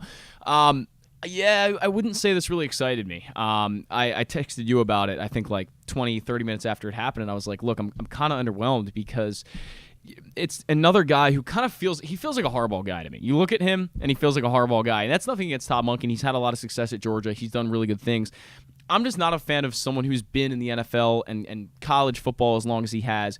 He's been around for a while. I feel like he's had his years and he's done well in some of them. He had Jameis Winston as his quarterback for a while, so that's not really. They had the number 1 passing offense in football when he was at OC in 2018. That's true, and he had Baker Mayfield as his other quarterback when he was OC with the Browns in 2019, and not a lot of success really with either of those. Was it 2019 or 2020? So Baker was drafted. His first year was 18. Second year was 19. They went 6-10 in 19. Right. I think it was 2020. No, I was just looking it up. He was their OC in 19. Yeah.